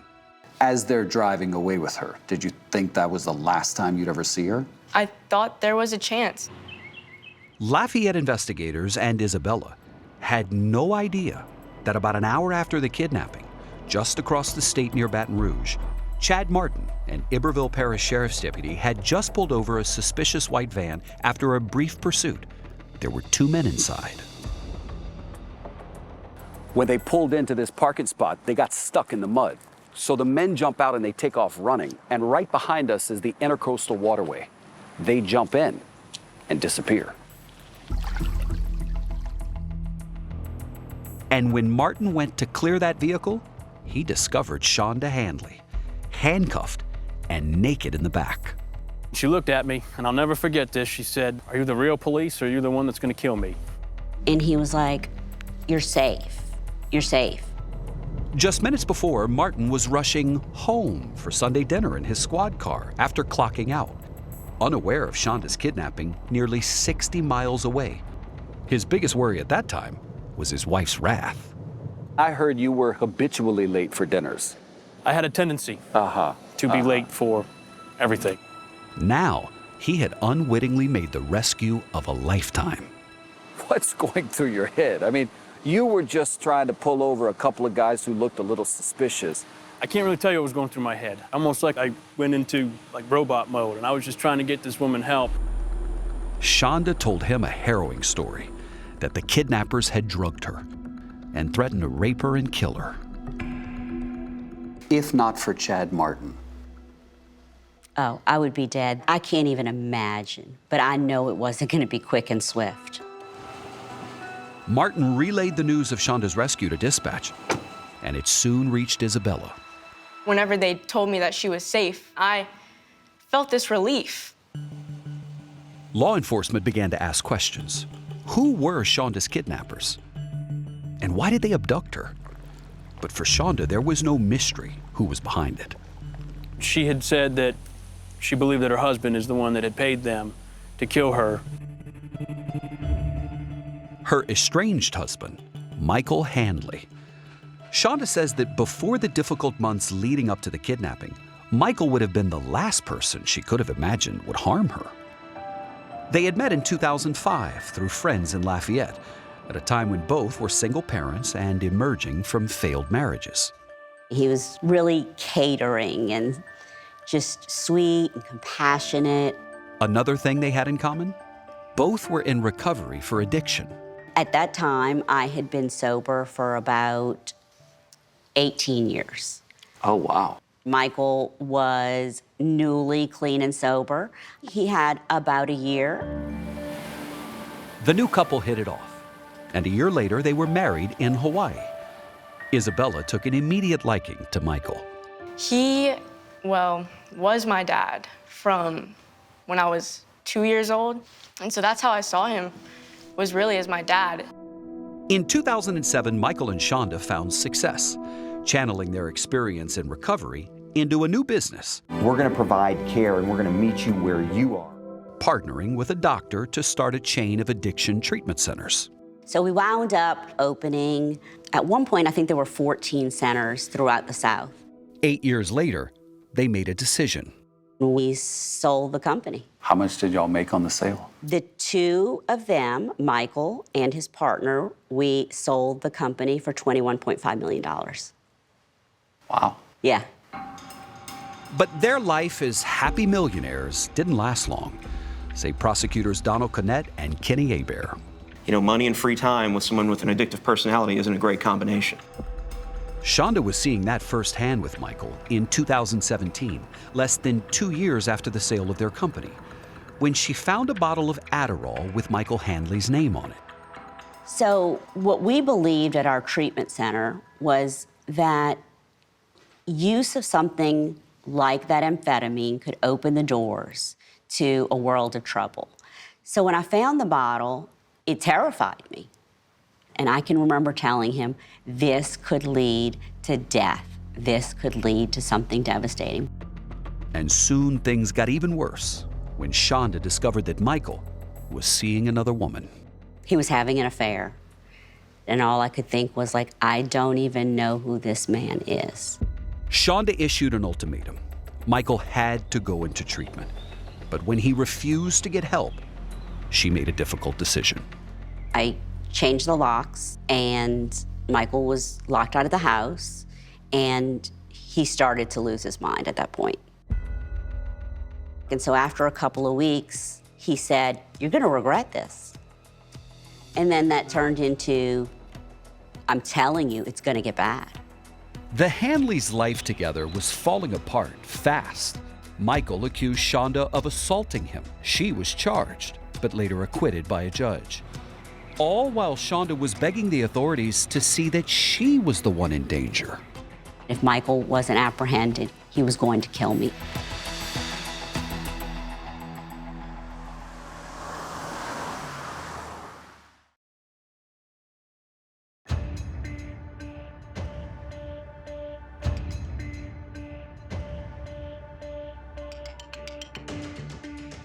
As Shonda Hanley was recovering in the hospital, investigators were learning the details of her tumultuous past with Michael Hanley. They knew they had to find him and the kidnappers fast. They started scouring the last place her abductors had been seen, this canal. There's a fisherman, and he reported these two individuals waiting by him in the water, and one of them pointed a gun at him and said, "Be cool." But as the kidnappers had been swimming towards freedom, the canal's unforgiving current had other plans. Behind me at the Intercoastal Canal is where two bodies were found yesterday. They found them floating in the Intercoastal Canal, drowned. Dead? Dead. They were later identified as Sylvester Bracey and Arsenio Haynes. What did you think when you found out they were dead? I thought, I'm not gonna have to worry about them hurting me, as sad as that is. While investigators suspected Michael Hanley was responsible for the abduction, proving it might have been difficult with their main witnesses, the kidnappers, dead. But Hanley, it seemed, had made it kind of easy for them. Detectives are running the VIN number on the white van. That VIN number leads them to an Enterprise dealership in Baton Rouge. I said, well, a few days ago, an individual named Lawrence Michael Hanley came in and rented the van. And then, a couple days before that, he went to Barney's Police Depot, which is a store that carries specifically police-issue merchandise. Hanley was seen on store surveillance cameras as he pulls up and purchases handcuffs. Finding evidence allegedly connecting Hanley to the kidnapping wasn't difficult, but finding him turned out to be the challenge. I'm asking if Michael's been apprehended, and they said no. And so they said, we need to lay low for a little while. With a fortune at his fingertips, investigators feared he could be anywhere and a danger to Shonda once she was released from the hospital. So they came up with a plan of action. We decided on a safe house outside of Lafayette. Sid Hebert, a former Louisiana sheriff, was part of the security detail watching Shonda 24/7. We had a Lafayette sheriff's deputy in a marked unit on premises. No visitors, no package deliveries, nothing until further notice. Even in hiding, Shonda was feeling relief that Michael was finally being recognized as a threat after living in constant fear prior to the kidnapping. The terror that I was in for those 3 months, the kidnapping was nothing in comparison. The kidnapping was a blessing. What? The kidnapping is what allowed me to get to a place where people were willing to support me. In the beginning, how many people believed Shonda? Not many. But Shonda had found a fierce ally in Christine Meir, her divorce attorney. Christine knew all too well what Shonda had experienced. The most dangerous case I have ever heard about, let alone been a part of. What made it so dangerous? Michael Hanley. He was constantly stalking her, telling her that he knew where she was, threatening her daughter with harm. Shonda called the police several times, but felt she wasn't taken seriously.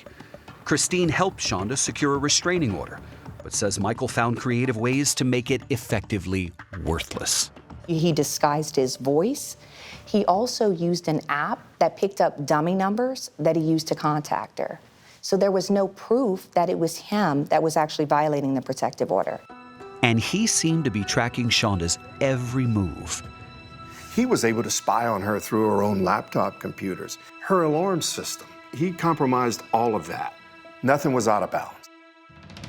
Michael's behavior was growing increasingly erratic, even though he was the one to initially file for divorce in the spring of 2017. He soon changed his mind, and Shonda says now he was demanding they reconcile, or she'd pay a humiliating price.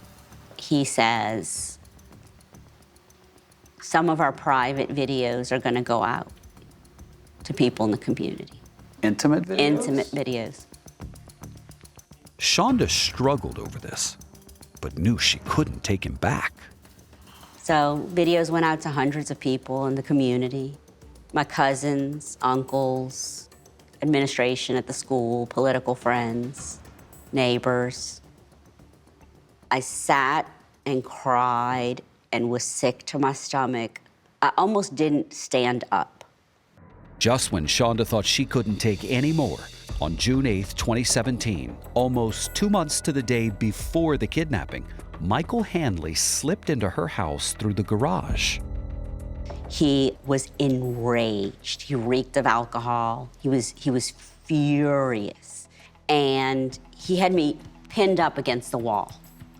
And I screamed, Isabella. Well, he put his hand over my mouth and he pulled out a gun, a 9mm. A gun? He pulls out a handgun and he said, if you scream or anybody comes to interfere, I will shoot you both. I will kill you both. Do you understand me? Shonda says that after hours saying anything she could think of to calm him down, she finally convinced Michael to leave. As soon as he walked out of that gate, I ran in the house, bolted the door, and I started screaming and crying. When Michael left that day after he had attacked me, I was 100% positive he was going to kill me. Police were called once again, but they didn't arrest Michael Hanley. I can see in your eyes that you're getting emotional. Oh, I felt as though I was being told that I was lying and that I was making it up. This is why women don't report abuse, because they fear they will not be believed. How many times had Shonda filed a report against Michael? I believe that the actual reports filed were a couple dozen, if not more. As far as how many times was there an arrest made, there wasn't. Why? A lot of times he was out of state. Sometimes the investigators felt like they didn't have enough evidence to actually go forward and get a warrant for the arrest. After the kidnapping, investigators were confident that this time they had more than enough evidence to make an arrest. But could they find him in time? So somehow, Michael is able to track Shonda down to the place that she's seeking refuge.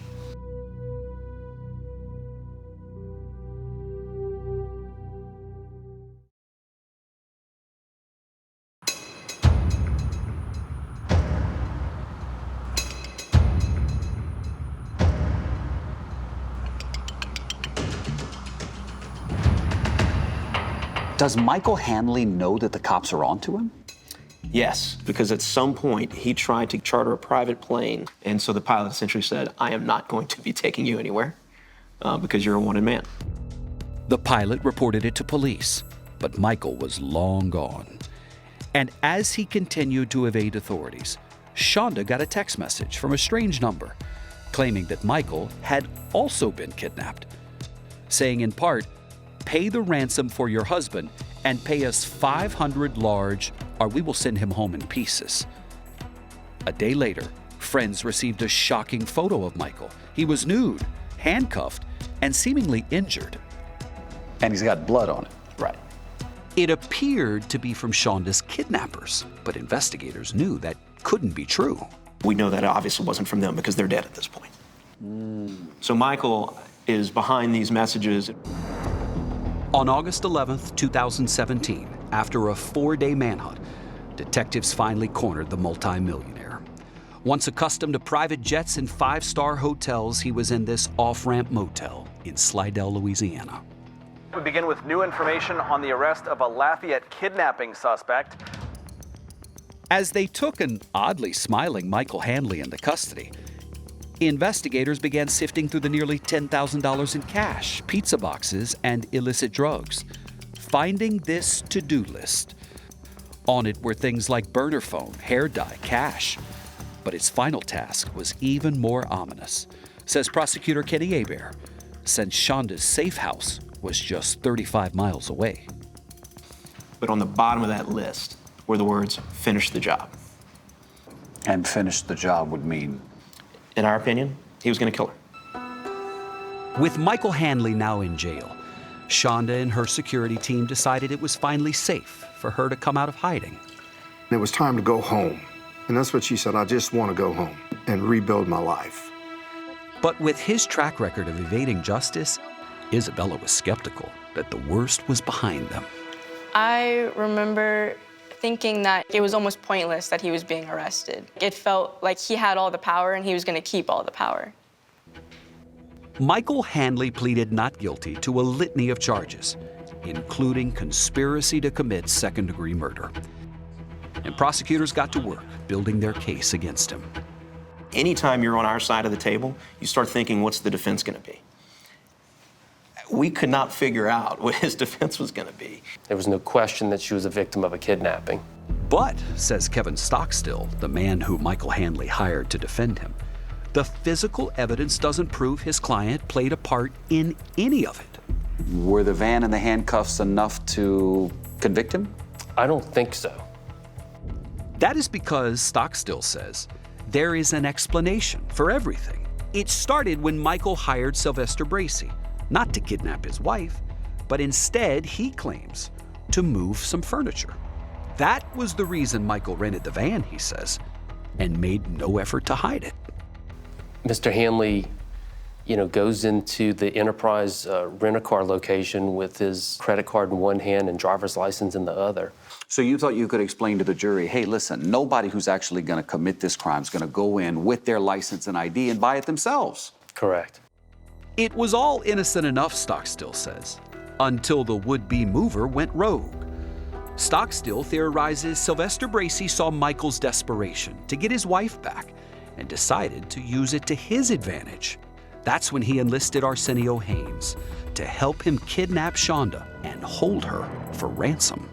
So you're thinking the kidnappers could have wanted to extort Michael to get money from him, so they would have kidnapped his wife? Potentially. And of course, he did buy the handcuffs, but Stockstill says he only used them to stage that fake kidnapping photo. So, as he's bound and gagged, he's bound with handcuffs. It was just the latest example, according to Stockstill, of photos and videos that Michael had been sending to Shonda for months, showing him in emotional distress, and in one case, apparently beaten up, in a misguided attempt to try and win her back. I love you. Because Michael had a proclivity to try and stage these things to get, sympathy from Shonda. But as the defense prepared to argue that the kidnappers acted on their own, Shonda Hanley made a damning discovery while cleaning out a remote Mississippi property they owned. Shonda starts getting some of her personal belongings. Well, one of the things that they found was this camera. It was a type of camera called Arlo, and Michael Hanley used it for security. When Arlo detects sound and video, Arlo starts recording. That's right. That's right. Well, it turns out he accidentally turned the camera on himself. All put together, what did the camera record? I mean, hundreds of hours. Hundreds of hours. One of the first videos is from 2 months before the kidnapping. Michael is by himself in a hotel room and is apparently talking to himself. You see him moving around, and at some point he picks the camera up and he puts it in a bag. And you hear him say the words, I'm gonna kill her. I'm gonna kill her. Kill her. Kill her.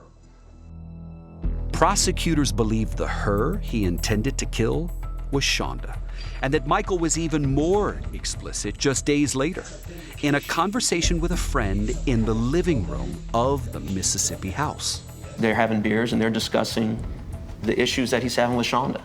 Neither one are pretty stubborn, are they? Neither one was just going to surrender to the idea that's what's going on. Right. Yeah, she's not going to, and you're not going to. The friend later said he didn't recall hearing what Michael said next. That's why she'll die. Michael says, that's why she's gonna have to die. So matter of fact.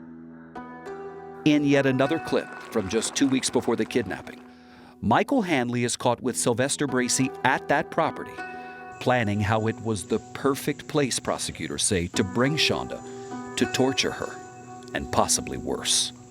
He specifically says, it's almost impossible for anyone to get in here. To which Bracey responds, and it'll be impossible for her to get out. I see she can't break it. I don't see anywhere to out. I mean, did you think you had a rock-solid case before that? Yes. Well, what'd you think after it? I thought I must have done something right in the world. Then, in a move no one saw coming, I just want to give us the truth, the whole truth, and nothing but the truth, so help you God. I do. Michael Hanley agreed to tell his side of things.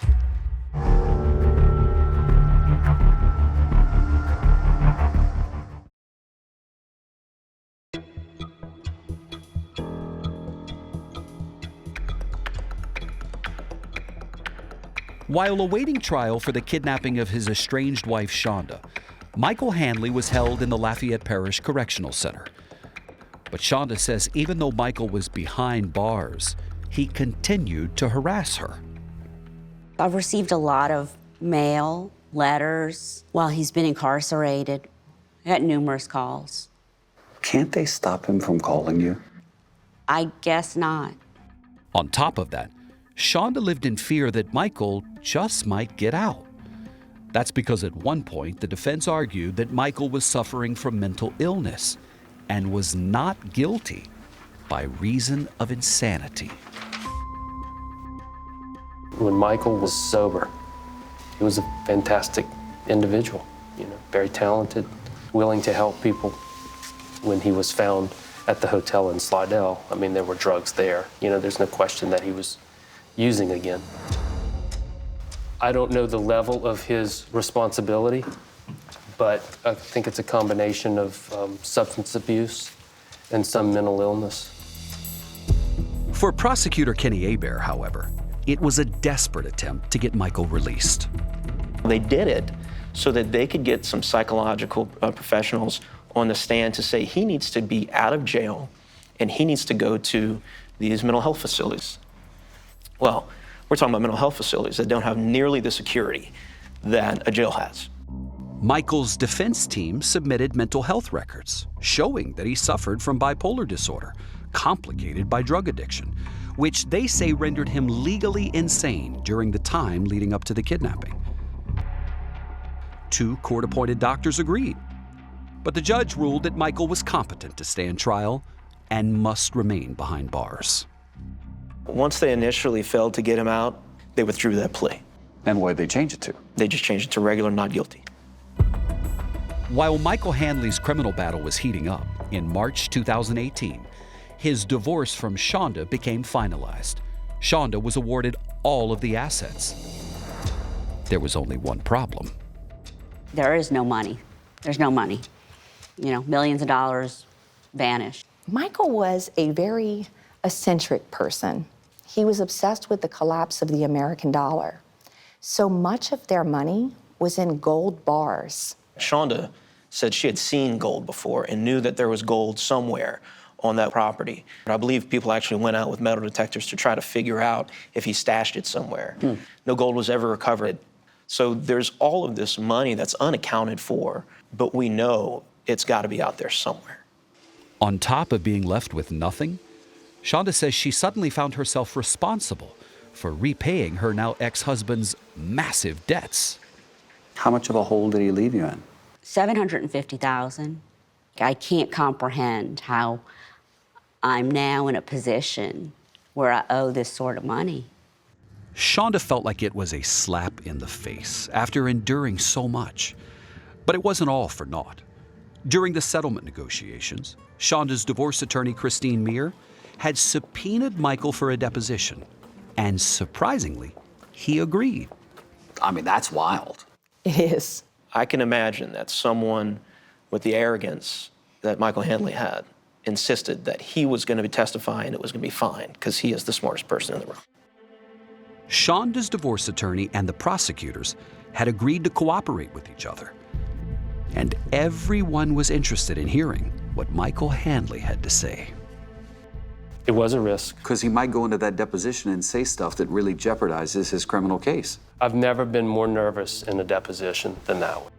Are you sure you can case? Do you solemnly swear the testimony you're about to give is the truth, the whole truth? Dressed in a striped prison uniform, Michael answered questions for 10 hours over 3 days. I was hanging on every question. I bet you were. Yeah.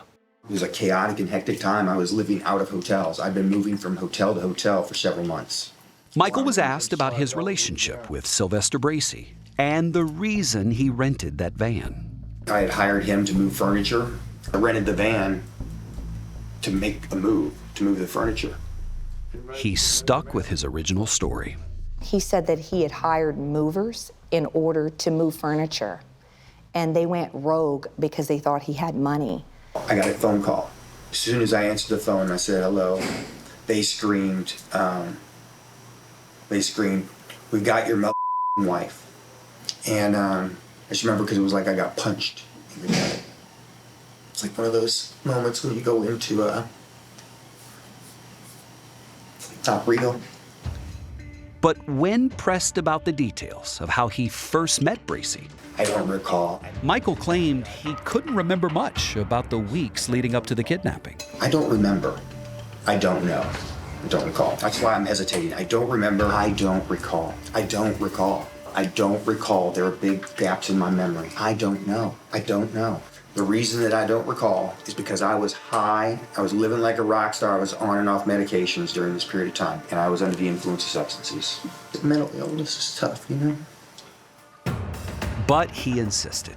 Despite the gaps in memory, there was one thing he knew for certain. I would not kidnap my wife. He would cry and say that he loved her so much. I don't remember. That he was so sorry. It was that type of manipulation. I have tremendous regret. During the deposition, Christine pulled that Arlo camera recording in which prosecutors believe Bracey and Handley were caught talking about the plot to kidnap Shonda, the wife Handley claimed he loved so much. I queued up where one of the kidnappers was telling Michael, and you know, if she gets out of line, I won't hesitate to kill her. And I said, what kind of movers tell that to you? And his fear was palpable, and he said, oh, I don't know, Christine. People tell me all sorts of things. Michael Handley withered under questioning, poking holes in his own defense with his own words. The civil attorneys provided us with those deposition transcripts shortly after receiving them. And with the trial date fast approaching, Michael's defense attorney feared the worst. We were of the opinion that he ran a significant risk of a conviction. With the walls closing in, and hours before the trial was set to start, Michael Handley indicated he was open to a deal. He would plead, to second-degree kidnapping. The minimum sentence would be 15 years. The maximum sentence would be 35 years. Prosecutors Donnie Connett and Kenny Hebert say there was a lot to take into consideration. The problem with a jury trial is you almost never know. But I also knew that there's Shonda Handley, there's Isabella. You've got victims that have to relive that moment if you go to trial. Ultimately, the decision to take the deal or go to trial was Shonda's. I was so scared that if we went to trial, that it could work out beautifully for him, because Michael always lands on his feet. Once Michael's out, I'm no longer free.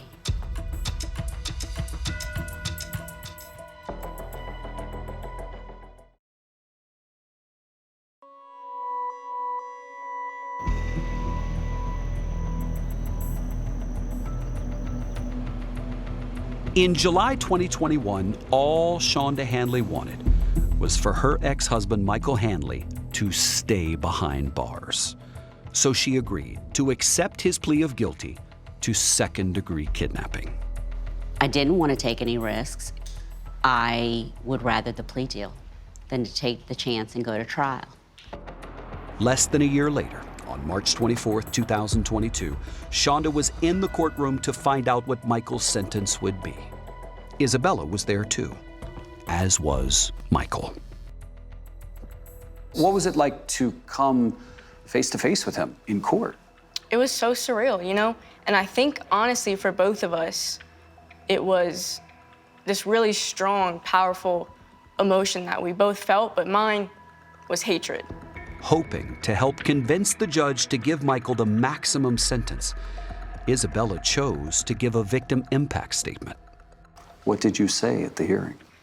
I really kind of told a story about how difficult it really made my life and how difficult it still makes my life, because I didn't think he knew that it affected me as well as it affected her. Shonda also had something she wanted to say to Michael. I told him that he wrecked everything and that he destroyed everything, and that how could you, like, we had a good life. We had a good family, and we adored each other. He was the person I most admired in this world until then. Do you think Michael understands his actions have had an effect on his former wife and stepchild? I think that he does. Do you get the sense the guy's sorry? I think so. I think he's capable of remorse. Yet when it was Michael's turn to speak, instead of a tearful apology, he gave yet another new story.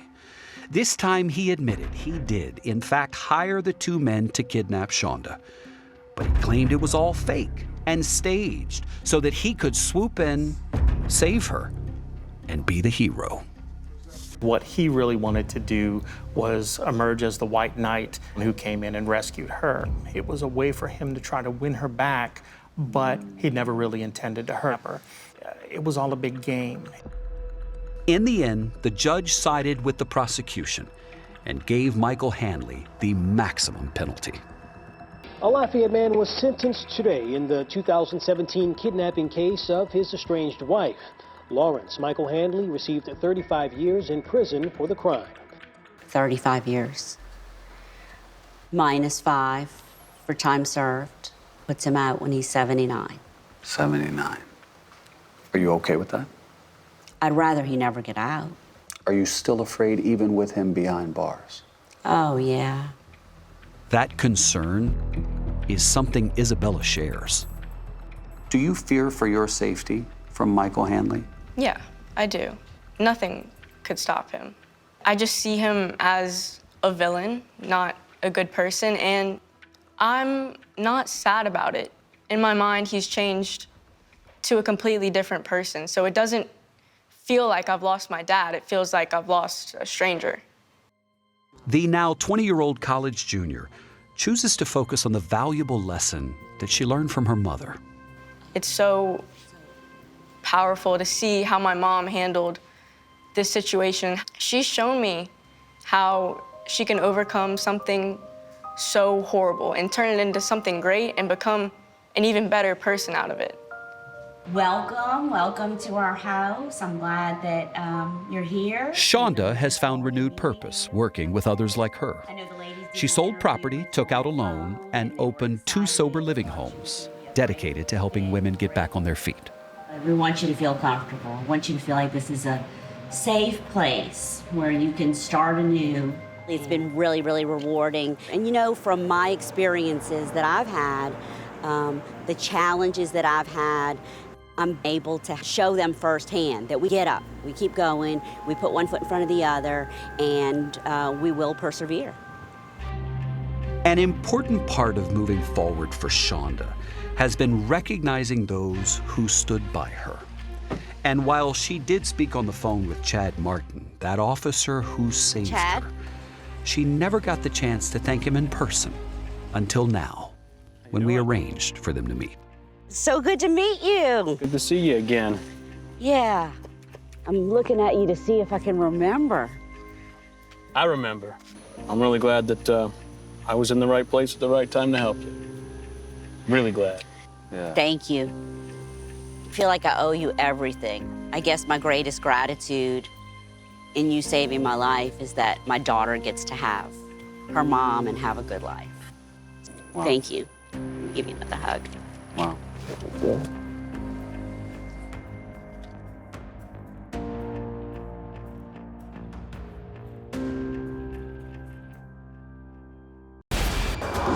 "48 hours to miss it would be a crime." Were you at all prepared for what happened in this case?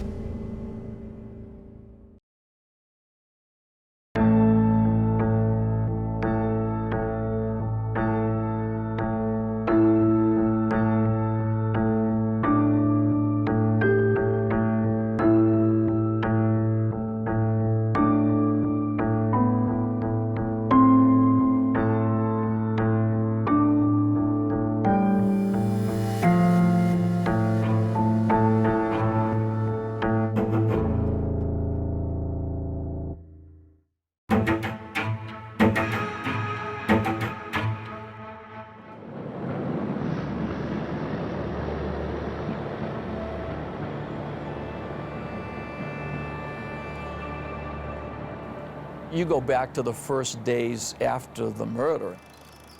This might have been a dispute between teenagers. It might have involved a girl. It might have involved drinking.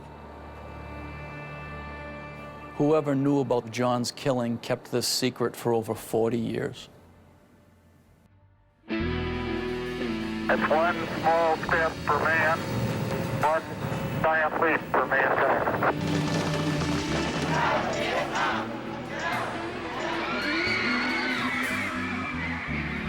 September 26, 1969 is the day that changed the lives of Bill and Evelyn McCabe forever.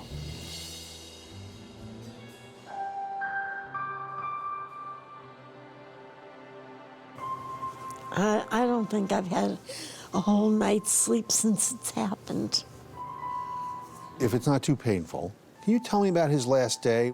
Went to a dance, his second dance. 15-year-old John McCabe was looking forward to going to the Knights of Columbus dance that evening. Took a shower, scrubbed his hair, put his father's aftershave on. He didn't shave, but he put his father's aftershave on. Oh yeah, he got all spruced up. 11 o'clock, I started looking out the window. That's when the dance closes. He should be home by midnight. So I went down to the dance and checked the road, screaming out the window, "John! John!" No John. I started praying at that point. The day after John McCabe went missing, 3 young kids were cutting through a vacant lot when they made a horrifying discovery, which was the body of John McCabe. He had been bound and gagged and tied with rope. After John's body was found, Bill McCabe, a pillar of strength, had to do the unspeakable. That was identify the body of his dead son. Never forget it. People keep talking about closure. You can't shake it. He then had to go home and inform his family of what had happened. Bill said, "Honey, our son's dead." Well, I was a senior in high school. Were you fearful? Yes. They hadn't caught the people that killed my brother. Did you think when you looked at kids in your classes, maybe it's him, maybe Yes. it's him? Maybe it was them. Maybe they knew something. How could they not know anything?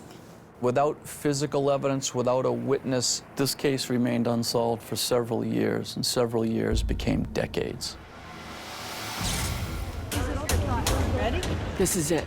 I pray every day justice will be served.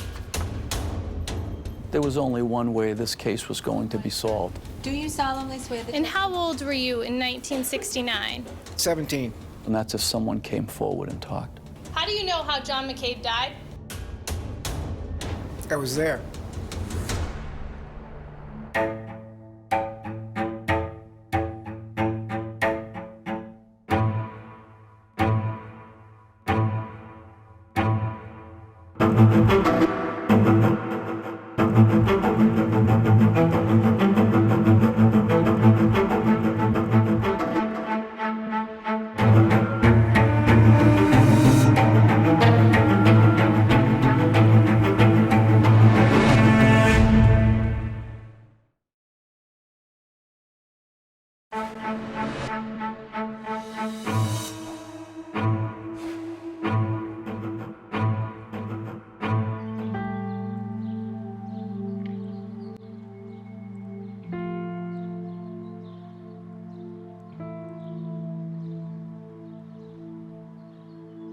It took almost every ounce of strength left in his 85-year-old body to get to the witness stand.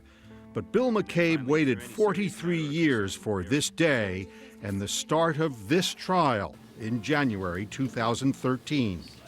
Good morning, Mr. McCabe. Do you remember September 27th, 1969? Yes, sir. How old was John at that day? He was 15 years, 6 months, and 2 weeks.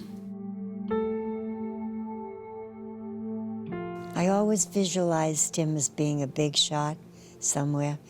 John Joseph McCabe, my son JJ, you know. But I never got to see any of those things. In the fall of 1969, 2 men had just landed on the moon. Beautiful, just beautiful. Thousands had just crashed at Woodstock. And John McCabe, 15 years, 6 months, and 2 weeks old, was living with his family in Tewksbury, Massachusetts. I think we have a right to be proud of him, yeah? John's father, Bill, was an engineer. His mother, Evelyn, worked at the school library. His sisters, Roberta, who was 6, and Debbie, who was 17, remember a brother who was always busy, doing what brothers do. It was pretty interesting. You open the closet door and your closet's filled with grasshoppers. I just remember his hands were always dirty, like with oil or grease or a frog in his hand. So you brought home a goose once, too. Oh, yeah, Canadian goose. Big sucker. It's fun to watch you talk about this because your eyes light up. I mean, you have very fond memories of those days. Yeah. Evelyn holds on to any reminder of her son. I have John's money. I can't spend it. And you've had it all these years? Yeah, 45 years. Every now and then, the smell's gone off of it now. I almost put it in the casket with him. And then I thought, no, I'll just keep it with me. And when I see him again, I'll give it to him. When she last saw John, Evelyn gave him permission to go to that dance at the Knights of Columbus Hall. I let him go. I let him go out the door. I shouldn't have. The next day, police came to the house and took Evelyn's husband to the basement to talk. They didn't want me to know anything. But you heard. I heard them. Evelyn got on her knees and pressed her ear to a vent in the bathroom. This is where I could hear everything that was going on down cellar. The police were telling her husband John's body was discovered in a vacant lot in the neighboring gritty city of Lowell. Well, what did you hear? I heard that he was tied up and there was tape on his eyes and his mouth. I heard a lot. I cried. I laid there and cried. A huge investigation was launched by the Lowell, Tewksbury, and Massachusetts State Police. What evidence did they collect at the scene? The rope that was used to tie John up, tape that was used to tape his eyes and his mouth, all of his clothing, his shoes. Jerry Leone was the local DA who years later took on the case. Today, he's a partner in the law firm Nixon Peabody. There was forensic evidence, but it wasn't really meaningful because you couldn't tie it to anyone in particular. But the case looked promising at first. A witness had spotted a car near the crime scene that night. I believe the way he had described it was a 1965 Chevy Impala colored plum or maroon. Then another tip led police to a schoolmate of John's, 16-year-old Mike Ferreira, who says he barely knew John. I probably seen him like a handful of times in my life. I didn't really, he wasn't a friend. Ferreira and his friend Nancy Williams were questioned because they had picked up John when he was hitchhiking on his way to the dance. I picked him up and I gave him a ride to the corner and I never saw him again. Ferreira told police that while the dance was underway, he left Nancy and met up with his best friend, Walter Shelley. Me, Walter, and Bob Ryan took a ride to Lowell, try to get some beer. They were in Walter Shelley's car. It was maroon, and it was a 1965 Chevy Impala. Police searched it but found no evidence. Still, Walter Shelley was now a person of interest. He was brought in for questioning and later polygraphed 5 times. The test showed he was lying in all vital areas of the questioning. If you read the reports, now you start seeing Ferreira and Shelley, Shelley and Ferreira. Ferreira was questioned multiple times. I knew where they were going. Not totally stupid. But Ferreira wasn't helping himself. At one point, while joyriding with some friends, he suddenly blurted out that he killed John. I was 16, we're drinking, joking, and I said, yeah, I did it. They knew I was joking. I was a joker. Leone says police were not amused, but there was no way to corroborate what Ferreira said. Without physical evidence, without a witness statement putting him at the scene, the Ferreira lead kept drying up. There were dozens of other people police investigated, other teens, local drug dealers, and pedophiles. Detectives worked this case hard for 2 years, while Bill McCabe worked on a record of his son's life. I wasn't trying to be an author or anything like that. I was just looking at ways to hold on to him, keep his memory. He also tried to make sure the police never forgot his son. I was always on the phone talking to the police. I'd be up in the middle of the night. She'd be saying, what the hell are you doing up? Get back to bed. Despite Bill's persistence and the intense police effort, there were no arrests. Shelley and Ferreira went into the service in 1970, so the following year, the two of them left the area.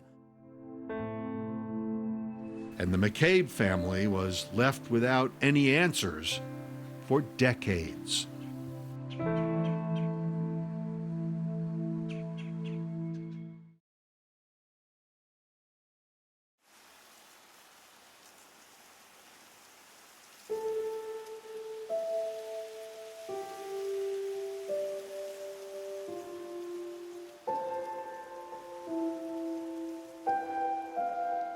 This is the little compass so he can find his way home.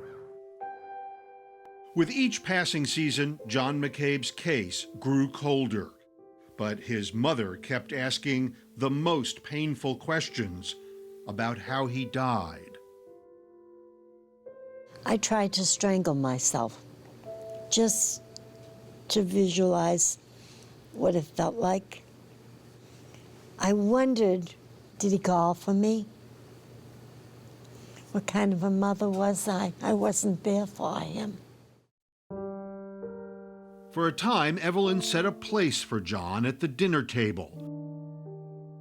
His absence was a constant presence in the house. You can't just do something wrong and not have to pay for it.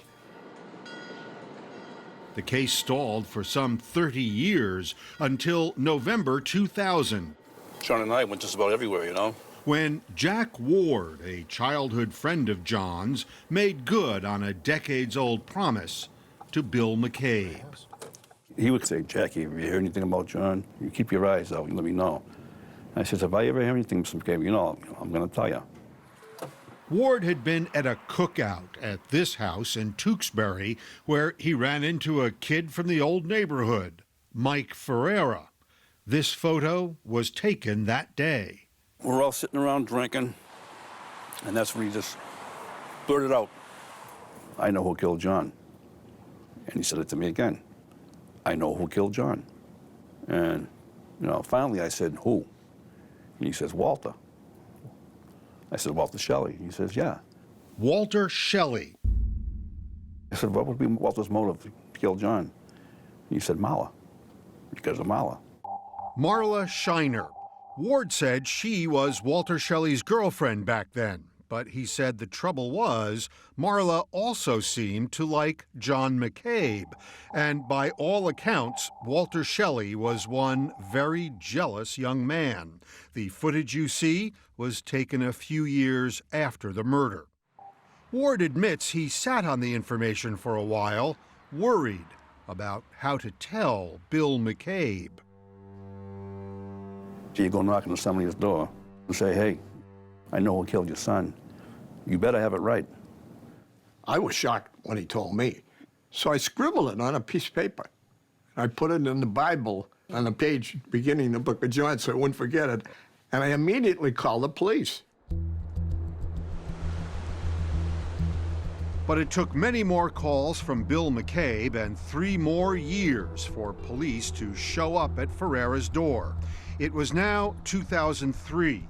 Ferrera worked as a forklift operator, lived in Salem, New Hampshire, and Nancy Williams, his friend back in the day, was now his wife. Mike wouldn't hurt a fly. Never, I know, he wouldn't. Ferrera says he remembers the cookout conversation with Jack Ward very differently. Jackie went and told them, I said, Walter Shelley killed him. I never said that. And at this cookout, you know, I already had a few drinks, and he's running his mouth, Shelley did it, Shelley did it. And this went on all afternoon. And finally, I got sick of hearing it. I says, he probably did it. Next thing I know, 3 years, 4 years later, I had the cops down my house wanting to talk to me about John McCabe. Ferrera also denies discussing the jealousy motive with Ward. That's his theory. I never said that. But again, there was no corroborating evidence. So, again, the case stalled. Well, what did they tell you about the investigation? It's going fine.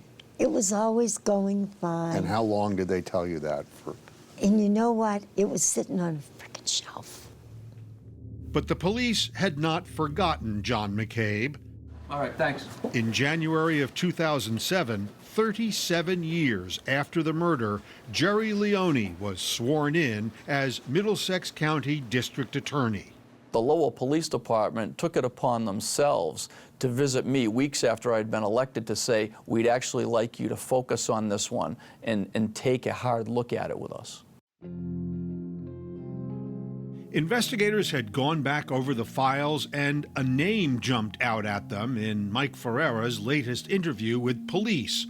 In recounting the night of the murder, Ferrera said he was with Walter Shelley, but this time he added a name and said the other guy with them was Alan Brown. Edward Allen Brown's name surfaces as someone who we're going to focus on. Edward Allen Brown was 17 and lived not far from the McCabes when John was killed. He had long since moved away, but when police tracked him down, he said he knew nothing about the murder, never even heard of it. So how likely is it that he would never even heard of the murder of John McCabe in a town the size of Tewksbury? I'd say curious at the time. And police got a call from Brown's wife that was even more curious. His wife told police that she thought he was lying. His wife said that she thought he was lying? Right. Carolyn Brown indicates to police that 20 to 25 years earlier, her husband had told her about an evening where he was involved in a young man being killed. But even that wasn't enough. It was the same old story. There was no corroborating evidence and no real movement in the case until 2011, when Detective Linda Coughlin was assigned to find the killers. You think this case really took off when you met Detective Linda Coughlin? Yes, definitely. Why did you feel that way? Because of her attitude. She said, I'm going to get them. And she did. Detective Coughlin zeroed back in on Edward Allen Brown. He was retired from the Air Force and living in New Hampshire. Coughlin interrogated Brown just twice. But when Brown learned he failed a polygraph, he suddenly broke down. He confessed that he was there when Walter Shelley and Mike Ferrera killed John McCabe.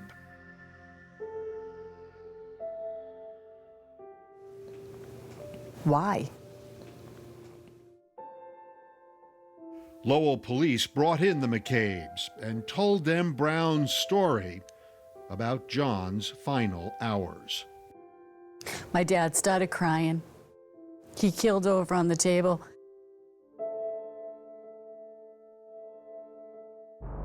On April 15th, 2011, nearly 42 years after John McCabe's body was found in that vacant lot, his father's perseverance finally paid off. Mr. McCabe held our feet to the fire. He never let us forget John McCabe's murder. The DA's office announced the indictments of Edward Allen Brown for manslaughter and Michael Ferreira and Walter Shelley for first-degree murder. Two names known to police since day one, two names also gathering dust here in John's Book of Mourners. The murderers came to the wake, and they came to the funeral.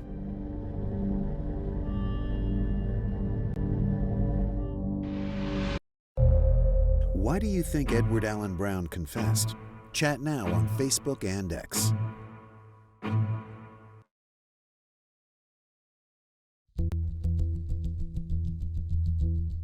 It would take almost 2 years to bring the men accused of killing John McCabe to trial. 2 more years the McCabes would have to wait. Do you solemnly swear the testimony? January 18th, 2013, Would you please be seated? Edward Allen Brown was called to testify against his one-time friend, Sir, would you Mike state your name and Ferreira, spell your the last first defendant to go on trial. Do you see Michael Ferrara in the courtroom today? Yes, over there. Mr. Brown. For the what kind of first car was time, Mr. Brown Shelley driving? publicly shared the 65, details of Chevy the night Impala. John died. Brown says he was at home watching television when Mike Ferreira and Walter Shelley pulled up to his house. They wanted me to go with them to help them. Help them do what?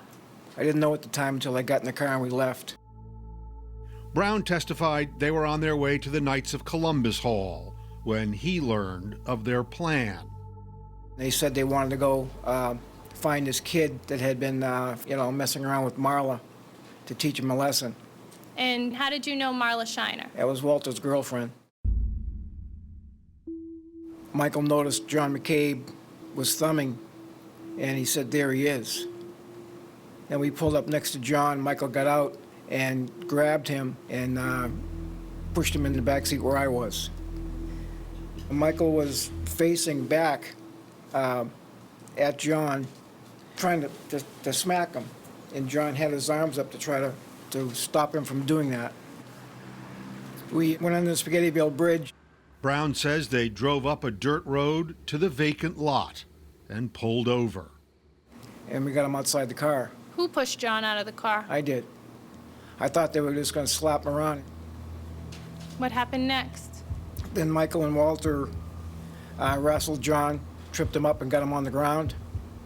Brown testified that he and Shelley held John McCabe down while Ferreira tied him up. Michael tied his ankles, then went around and tied his wrists together. Then he took another piece of rope around his ankles and attached it up to his neck. They had put tape on his mouth. John's squirming, wiggling, trying to get out. He's lying on his belly with his legs up in the air and his head turned sideways. Then they said that this will teach you to mess with Marla anymore. And we got in the car and left.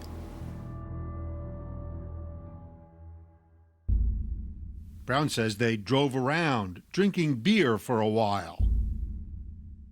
Then I told them that we should go back and let him go. Brown says they eventually returned to the lot. Michael and Walter got out of the car and went over to him. They were there for about 30 to 45 seconds, and they came quickly back to the car. We started to drive off, and one of them said that he wasn't breathing. John McCabe had died of strangulation.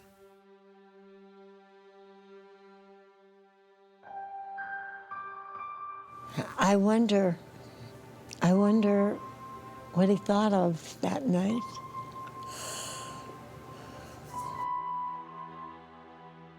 Then they brought me home. What did you do? I remember, I think I cried.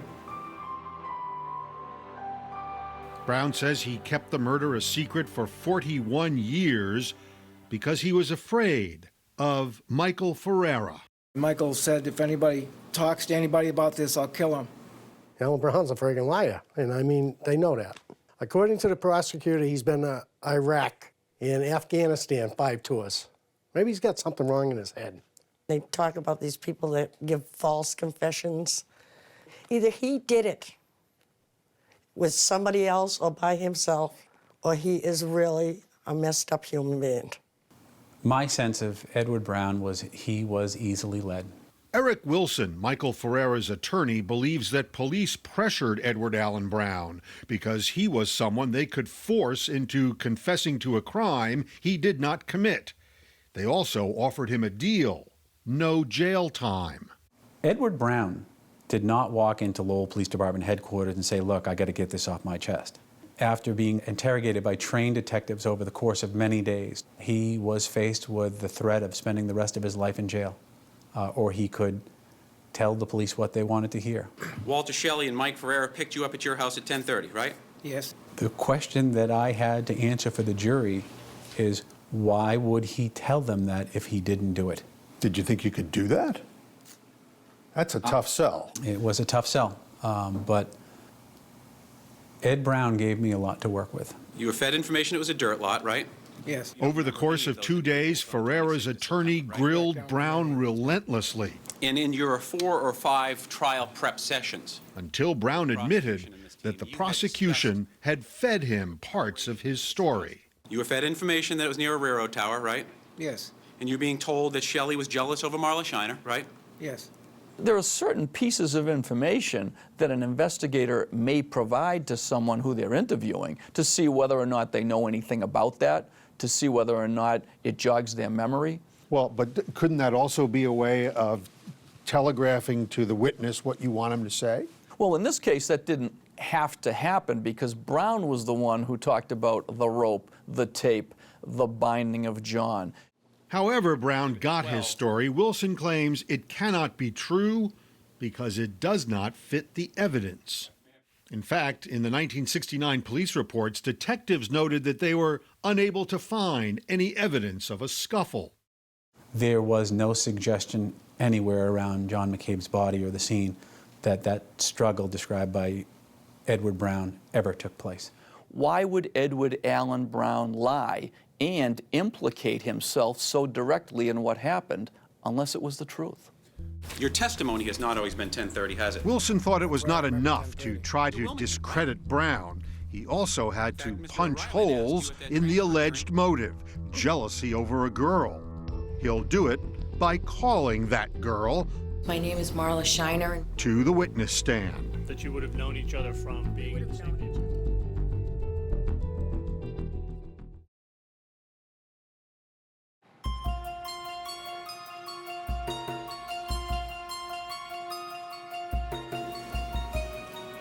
Mr. Brown, you've lied under oath when you're scared, right? Yes. You've lied under oath when you're nervous, right? Yes.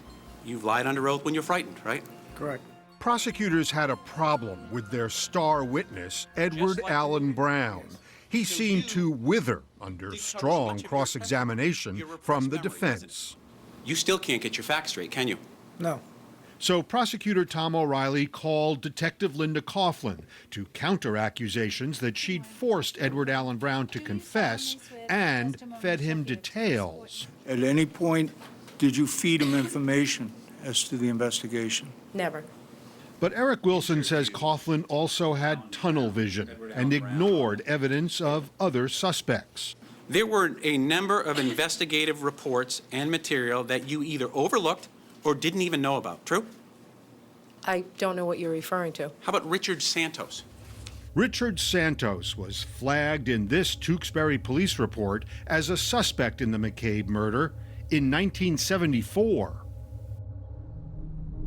Santos was arrested for committing a crime eerily similar to John McCabe's murder.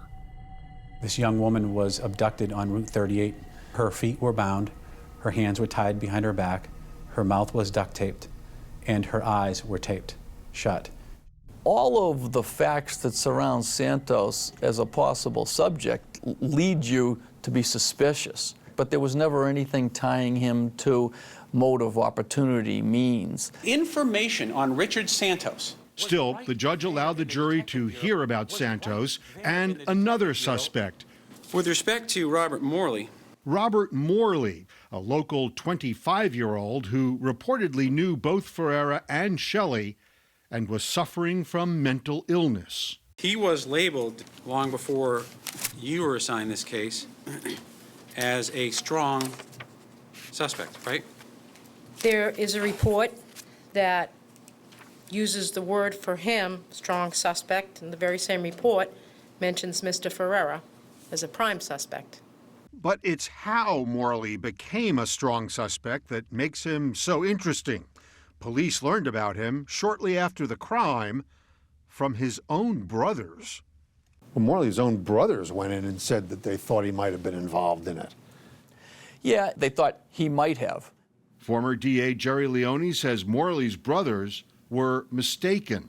I think what happens in matters like this is people will say, sure, you should take a look at X or Y because they have a profile of somebody who would do something like this, and they were around the area at the time. But then you have to look at the evidence and see whether or not the evidence leads you to believe that they had anything to do with it. Do the brothers have any specific evidence that you're aware of? They did not. He split to Florida the day after he was questioned by police. Mr. Morley, years later, in my estimate, committed suicide.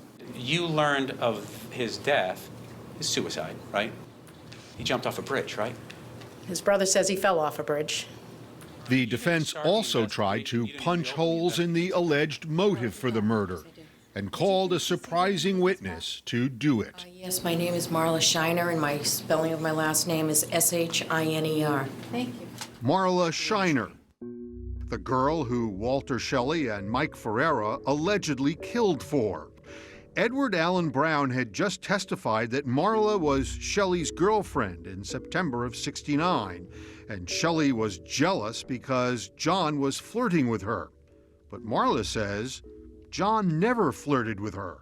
Did you ever go to a dance with John McCabe? Never. Did it ever convey to you that he had any type of romantic interest in you in August or September of 1969? None. The McCabes say it doesn't matter if the flirting was real or imagined.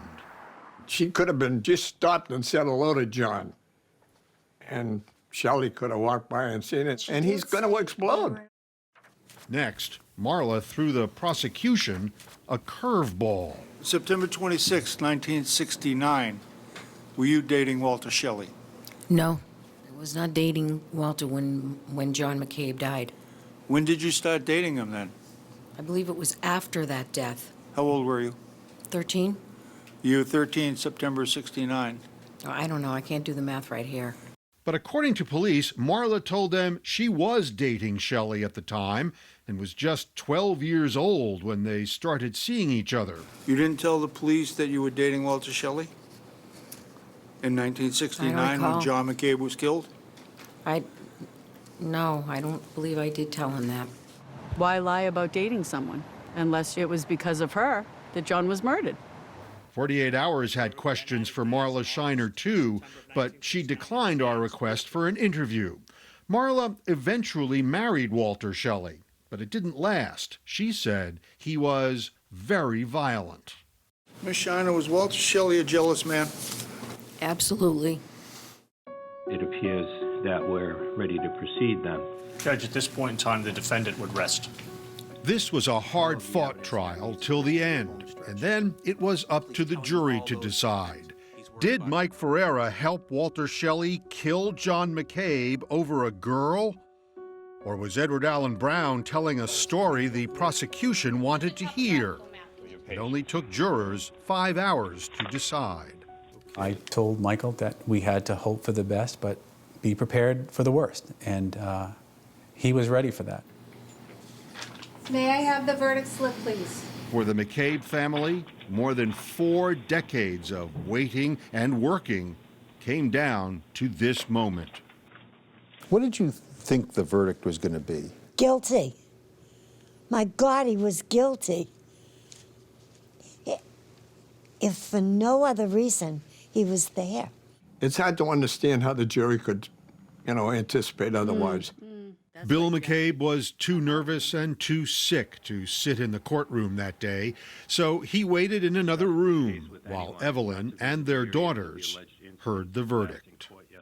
What say you to this indictment, ma'am? Is the defendant guilty or not guilty? Not guilty. Not guilty. Everyone, including Mike Ferreira, was so stunned, it took a while to sink in. When the verdict came in, when you heard that Ferreira had been acquitted, I had to go tell my husband that. were you afraid to tell him? Yes. Why? I was afraid he was going to die. Tragically, Evelyn was right. Just 4 days after the verdict, Bill McCabe's heart gave out and he gave up. What do you think killed your husband? Stress. The stress of the trial. While Evelyn McCabe laid her husband to rest next to their son, the DA's office had a decision to make. After losing the case against Mike Ferreira, would it go ahead with the trial of Walter Shelley?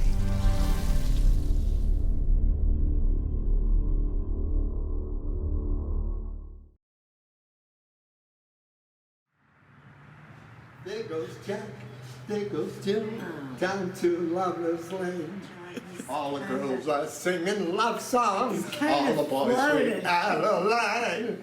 Those wedding bells are breaking. I still don't believe Bill's gone. I can still hear him snore in the night. And then I feel the bad he's not there.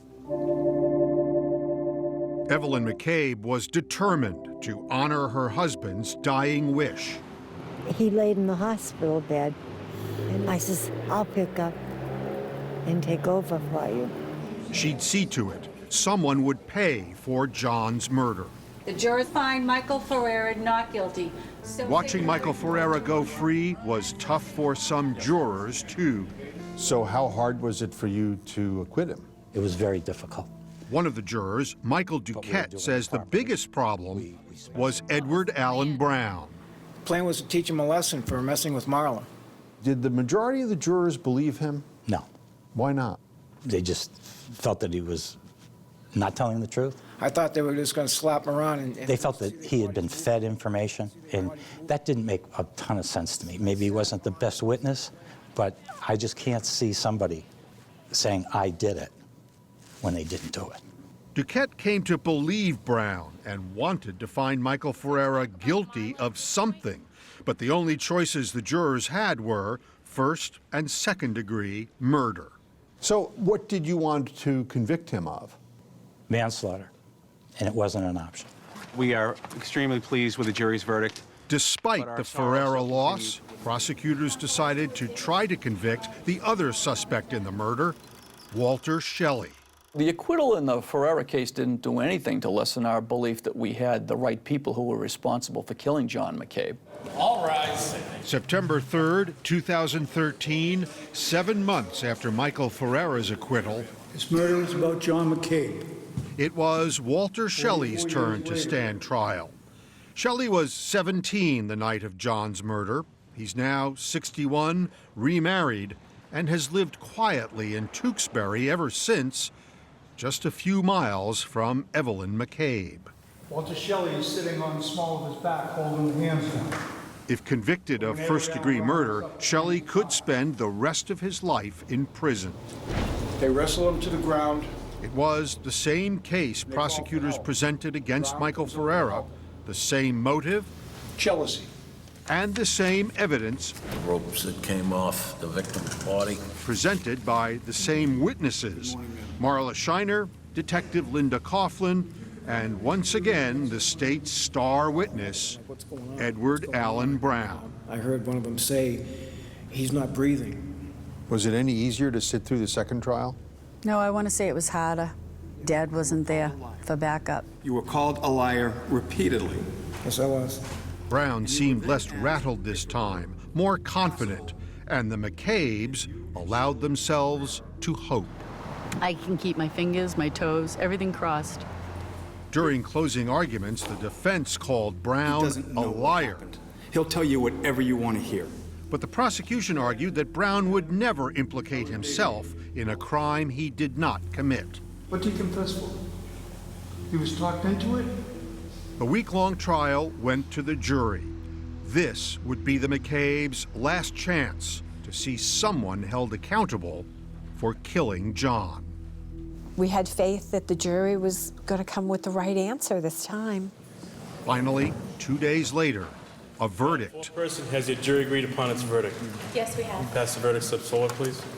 Walter Shelley's wife and family waited nervously. Evelyn McCabe couldn't bring herself to even sit in the courtroom and had to wait outside. She couldn't hear another not guilty. May the verdicts be recorded, Your Honor. She was scared she was going to drop dead. Charging the defendant, Walter Shelley, with the offense of murder. What say you, was the defendant guilty or not guilty? Guilty. Murder. Guilty of what? First degree. Guilty and life behind bars for Walter Shelley. This jury believed Brown. So when you heard guilty, do you remember the first thing you thought? I thought my father would be proud. We got one of them. It was the final twist in a mystery filled with them. For the same crime and on the same evidence, one man walked free, one man went to prison.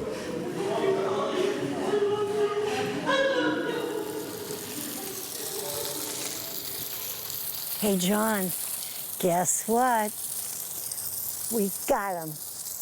Billy, it turned out beautifully. He didn't live to write about it, but Bill McCabe finally got the end he was looking for to the story he wrote about John's life and death. A story that took 4 decades to play out. He was 15 years, 6 months, and 2 weeks. About his boy, who will be 15 years, 6 months, and 2 weeks old forever. Please, John. Please take good care of him until I get there. Please, and then I will.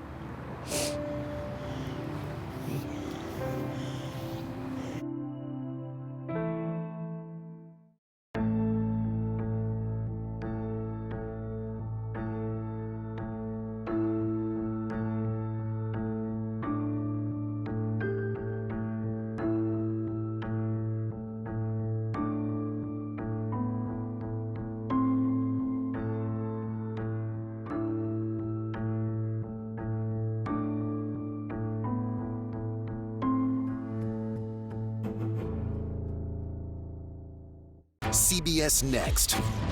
A stepdaughter's trust betrayed. She found naked photos of herself on her stepdad's computer. Hundreds. Hundreds. Then Tom Merriman is found dead. Was it revenge? Did you want your stepfather dead? 48 Hours Crime Time Double Feature continues next on CBS and streaming on Paramount+.